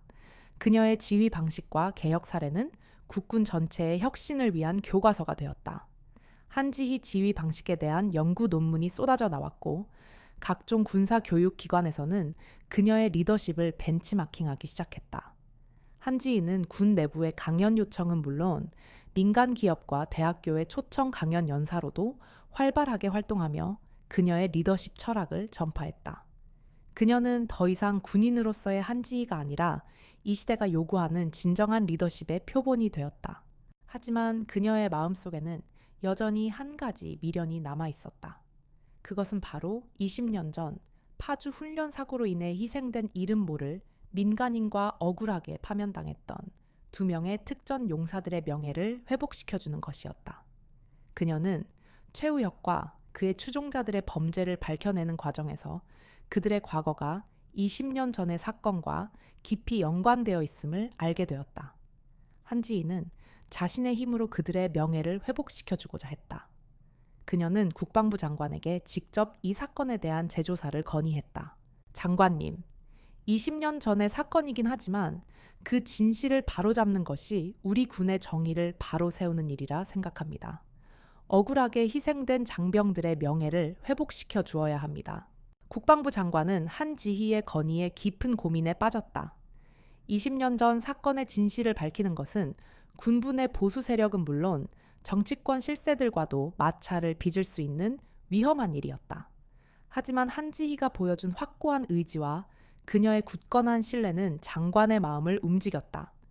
결국 장관은 특별조사위원회를 구성하고 20년 전 파주 사건에 대한 전면적인 재조사를 명령했다. 특별조사위원회는 한지희가 제공한 증거 자료와 이진호 전 수사관의 증언을 토대로 사건의 진실에 빠르게 접근해갔다. 그들은 당시 사건을 은폐했던 군 고위 관계자들과 그들과 결탁했던 정치인들의 명단을 확보하는 데 성공했다. 그들의 이름은 놀랍게도 현재 야당의 유력 대선 후보로 거론되는 정치인과 국방부 차관직에 올라있는 현직 군인이었다. 권력과 결탁하여 진실을 은폐했던 그들의 추악한 민낯이 만천에 드러날 위기에 놓인 것이다. 이 사건의 재조사는 곧 언론에 알려졌고 사회 전체에 거대한 충격파를 던졌다. 국민들은 자신들의 안전을 책임지는 군대 내부에 이토록 추악한 비리가 숨겨져 있었다는 사실에 분노했다. 한지희는 더 이상 침묵하지 않았다. 그녀는 기자회견을 열고 모든 진실을 솔직하게 털어놓았다. 20년 전 군은 권력의 시녀가 되어 정의를 외면했습니다. 그리고 그 거짓은 특전사의 명예를 더럽히고 억울하게 희생된 전우들의 삶을 짓밟았습니다. 저는 특수전사령관으로서 그리고 이 나라의 군인으로서 이 진실을 국민 여러분께 알리고자 이 자리에 섰습니다. 권력에 굴복하지 않고 오직 국민만을 바라보며 나아가는 것이 우리가 추구해야 할 진정한 안 되면 되게 하라 정신이라 믿습니다. 그녀의 용기 있는 고백은 국민들에게 깊은 감동을 주었다. 기자회견 후 여론은 들끓었고 국민들은 그녀를 지지했다. 결국 이 사건의 재조사 결과 당시 사건을 은폐했던 군 관계자들은 모두 군법에 따라 처벌을 받게 되었고 정치인들은 여론의 비난을 견디지 못하고 정치 생명이 끝났다. 억울하게 파면당했던 2명의 특전 용사들은 명예회복과 함께 국가유공자로 추서되었다.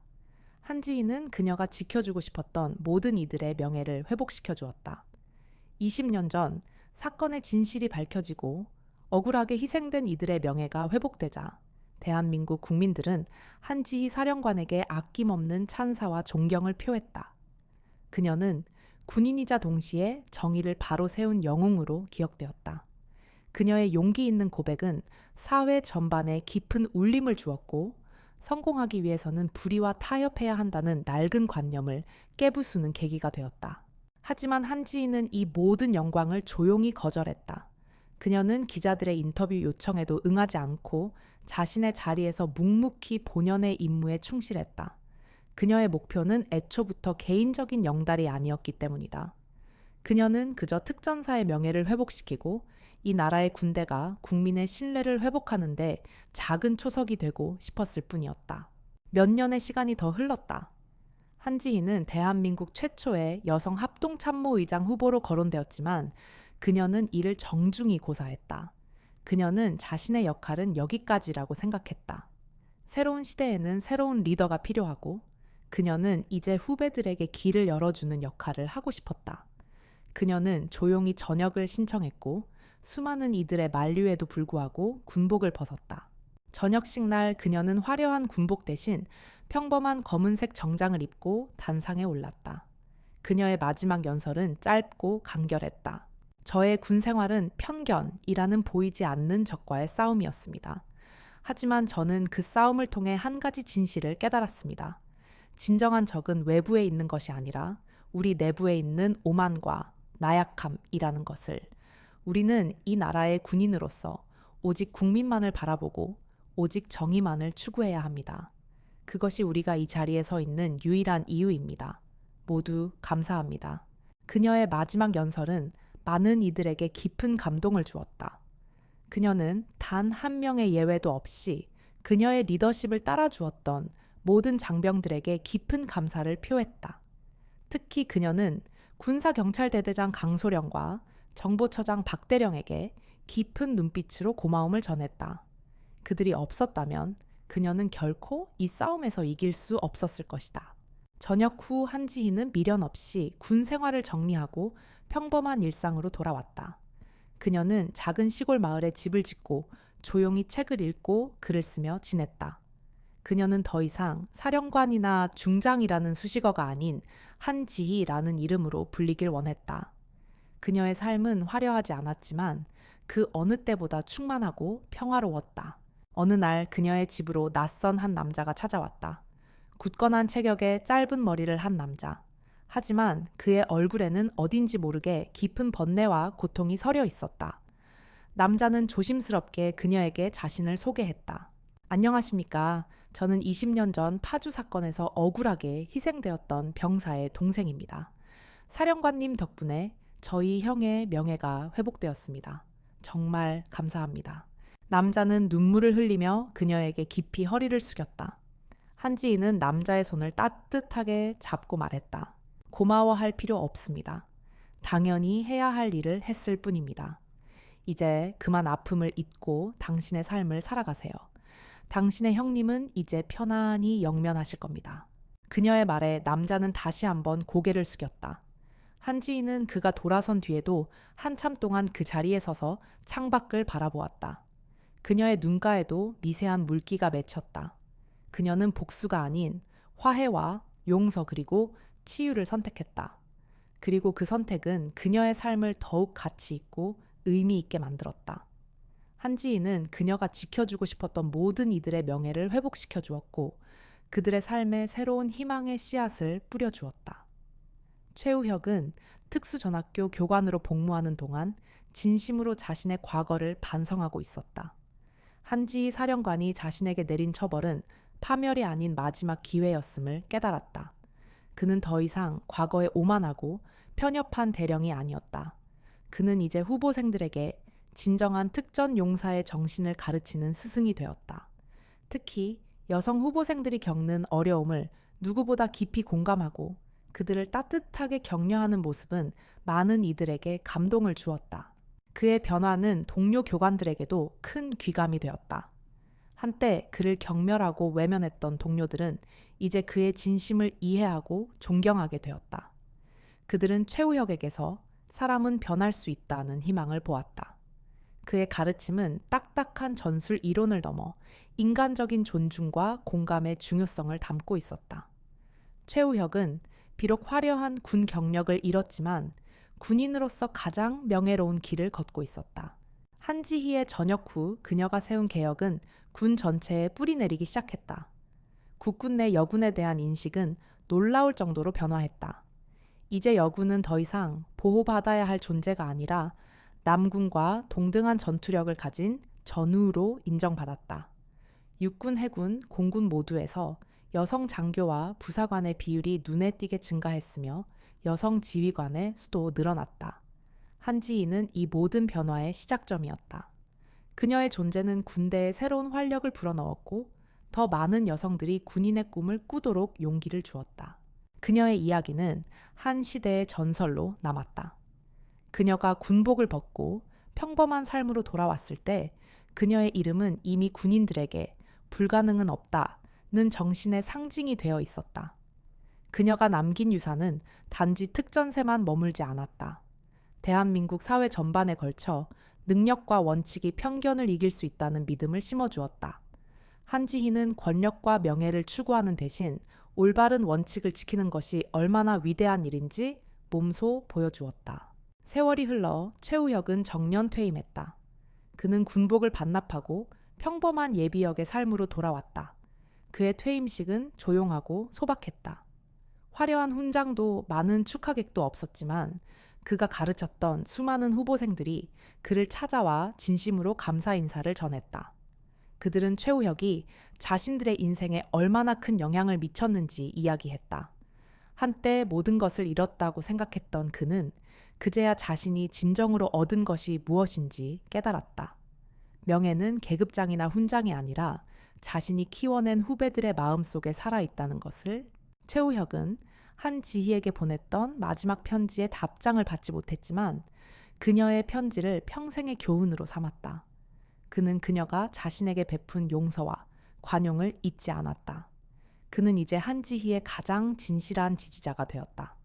그는 은퇴 후 군 관련 온라인 커뮤니티에서 최우혁기라는 실명으로 활동하며 여군에 대한 편견을 깨고 올바른 군인 정신을 전파하는 데 힘썼다. 그의 글은 과거에 오만했던 대령의 글과는 완전히 달랐다.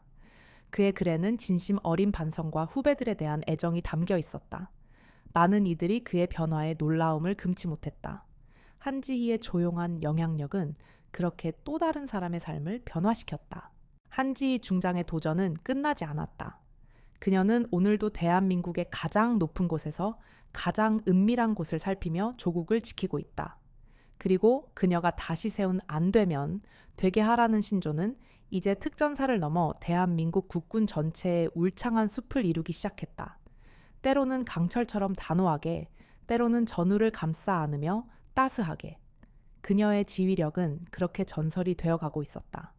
이 이야기는 한 사람의 용기가 세상을 얼마나 바꿀 수 있는지 보여주는 우리 모두의 희망에 관한 기록이다. 댓글로 여러분의 소중한 의견과 감동을 나눠주세요. 좋아요와 구독은 저희 채널에 큰 힘이 됩니다. 더 많은 분들이 이 이야기를 접할 수 있도록 주변에 공유해 주시면 감사하겠습니다. 여러분의 관심과 응원 덕분에 저희는 더 좋은 이야기로 찾아뵐 수 있습니다.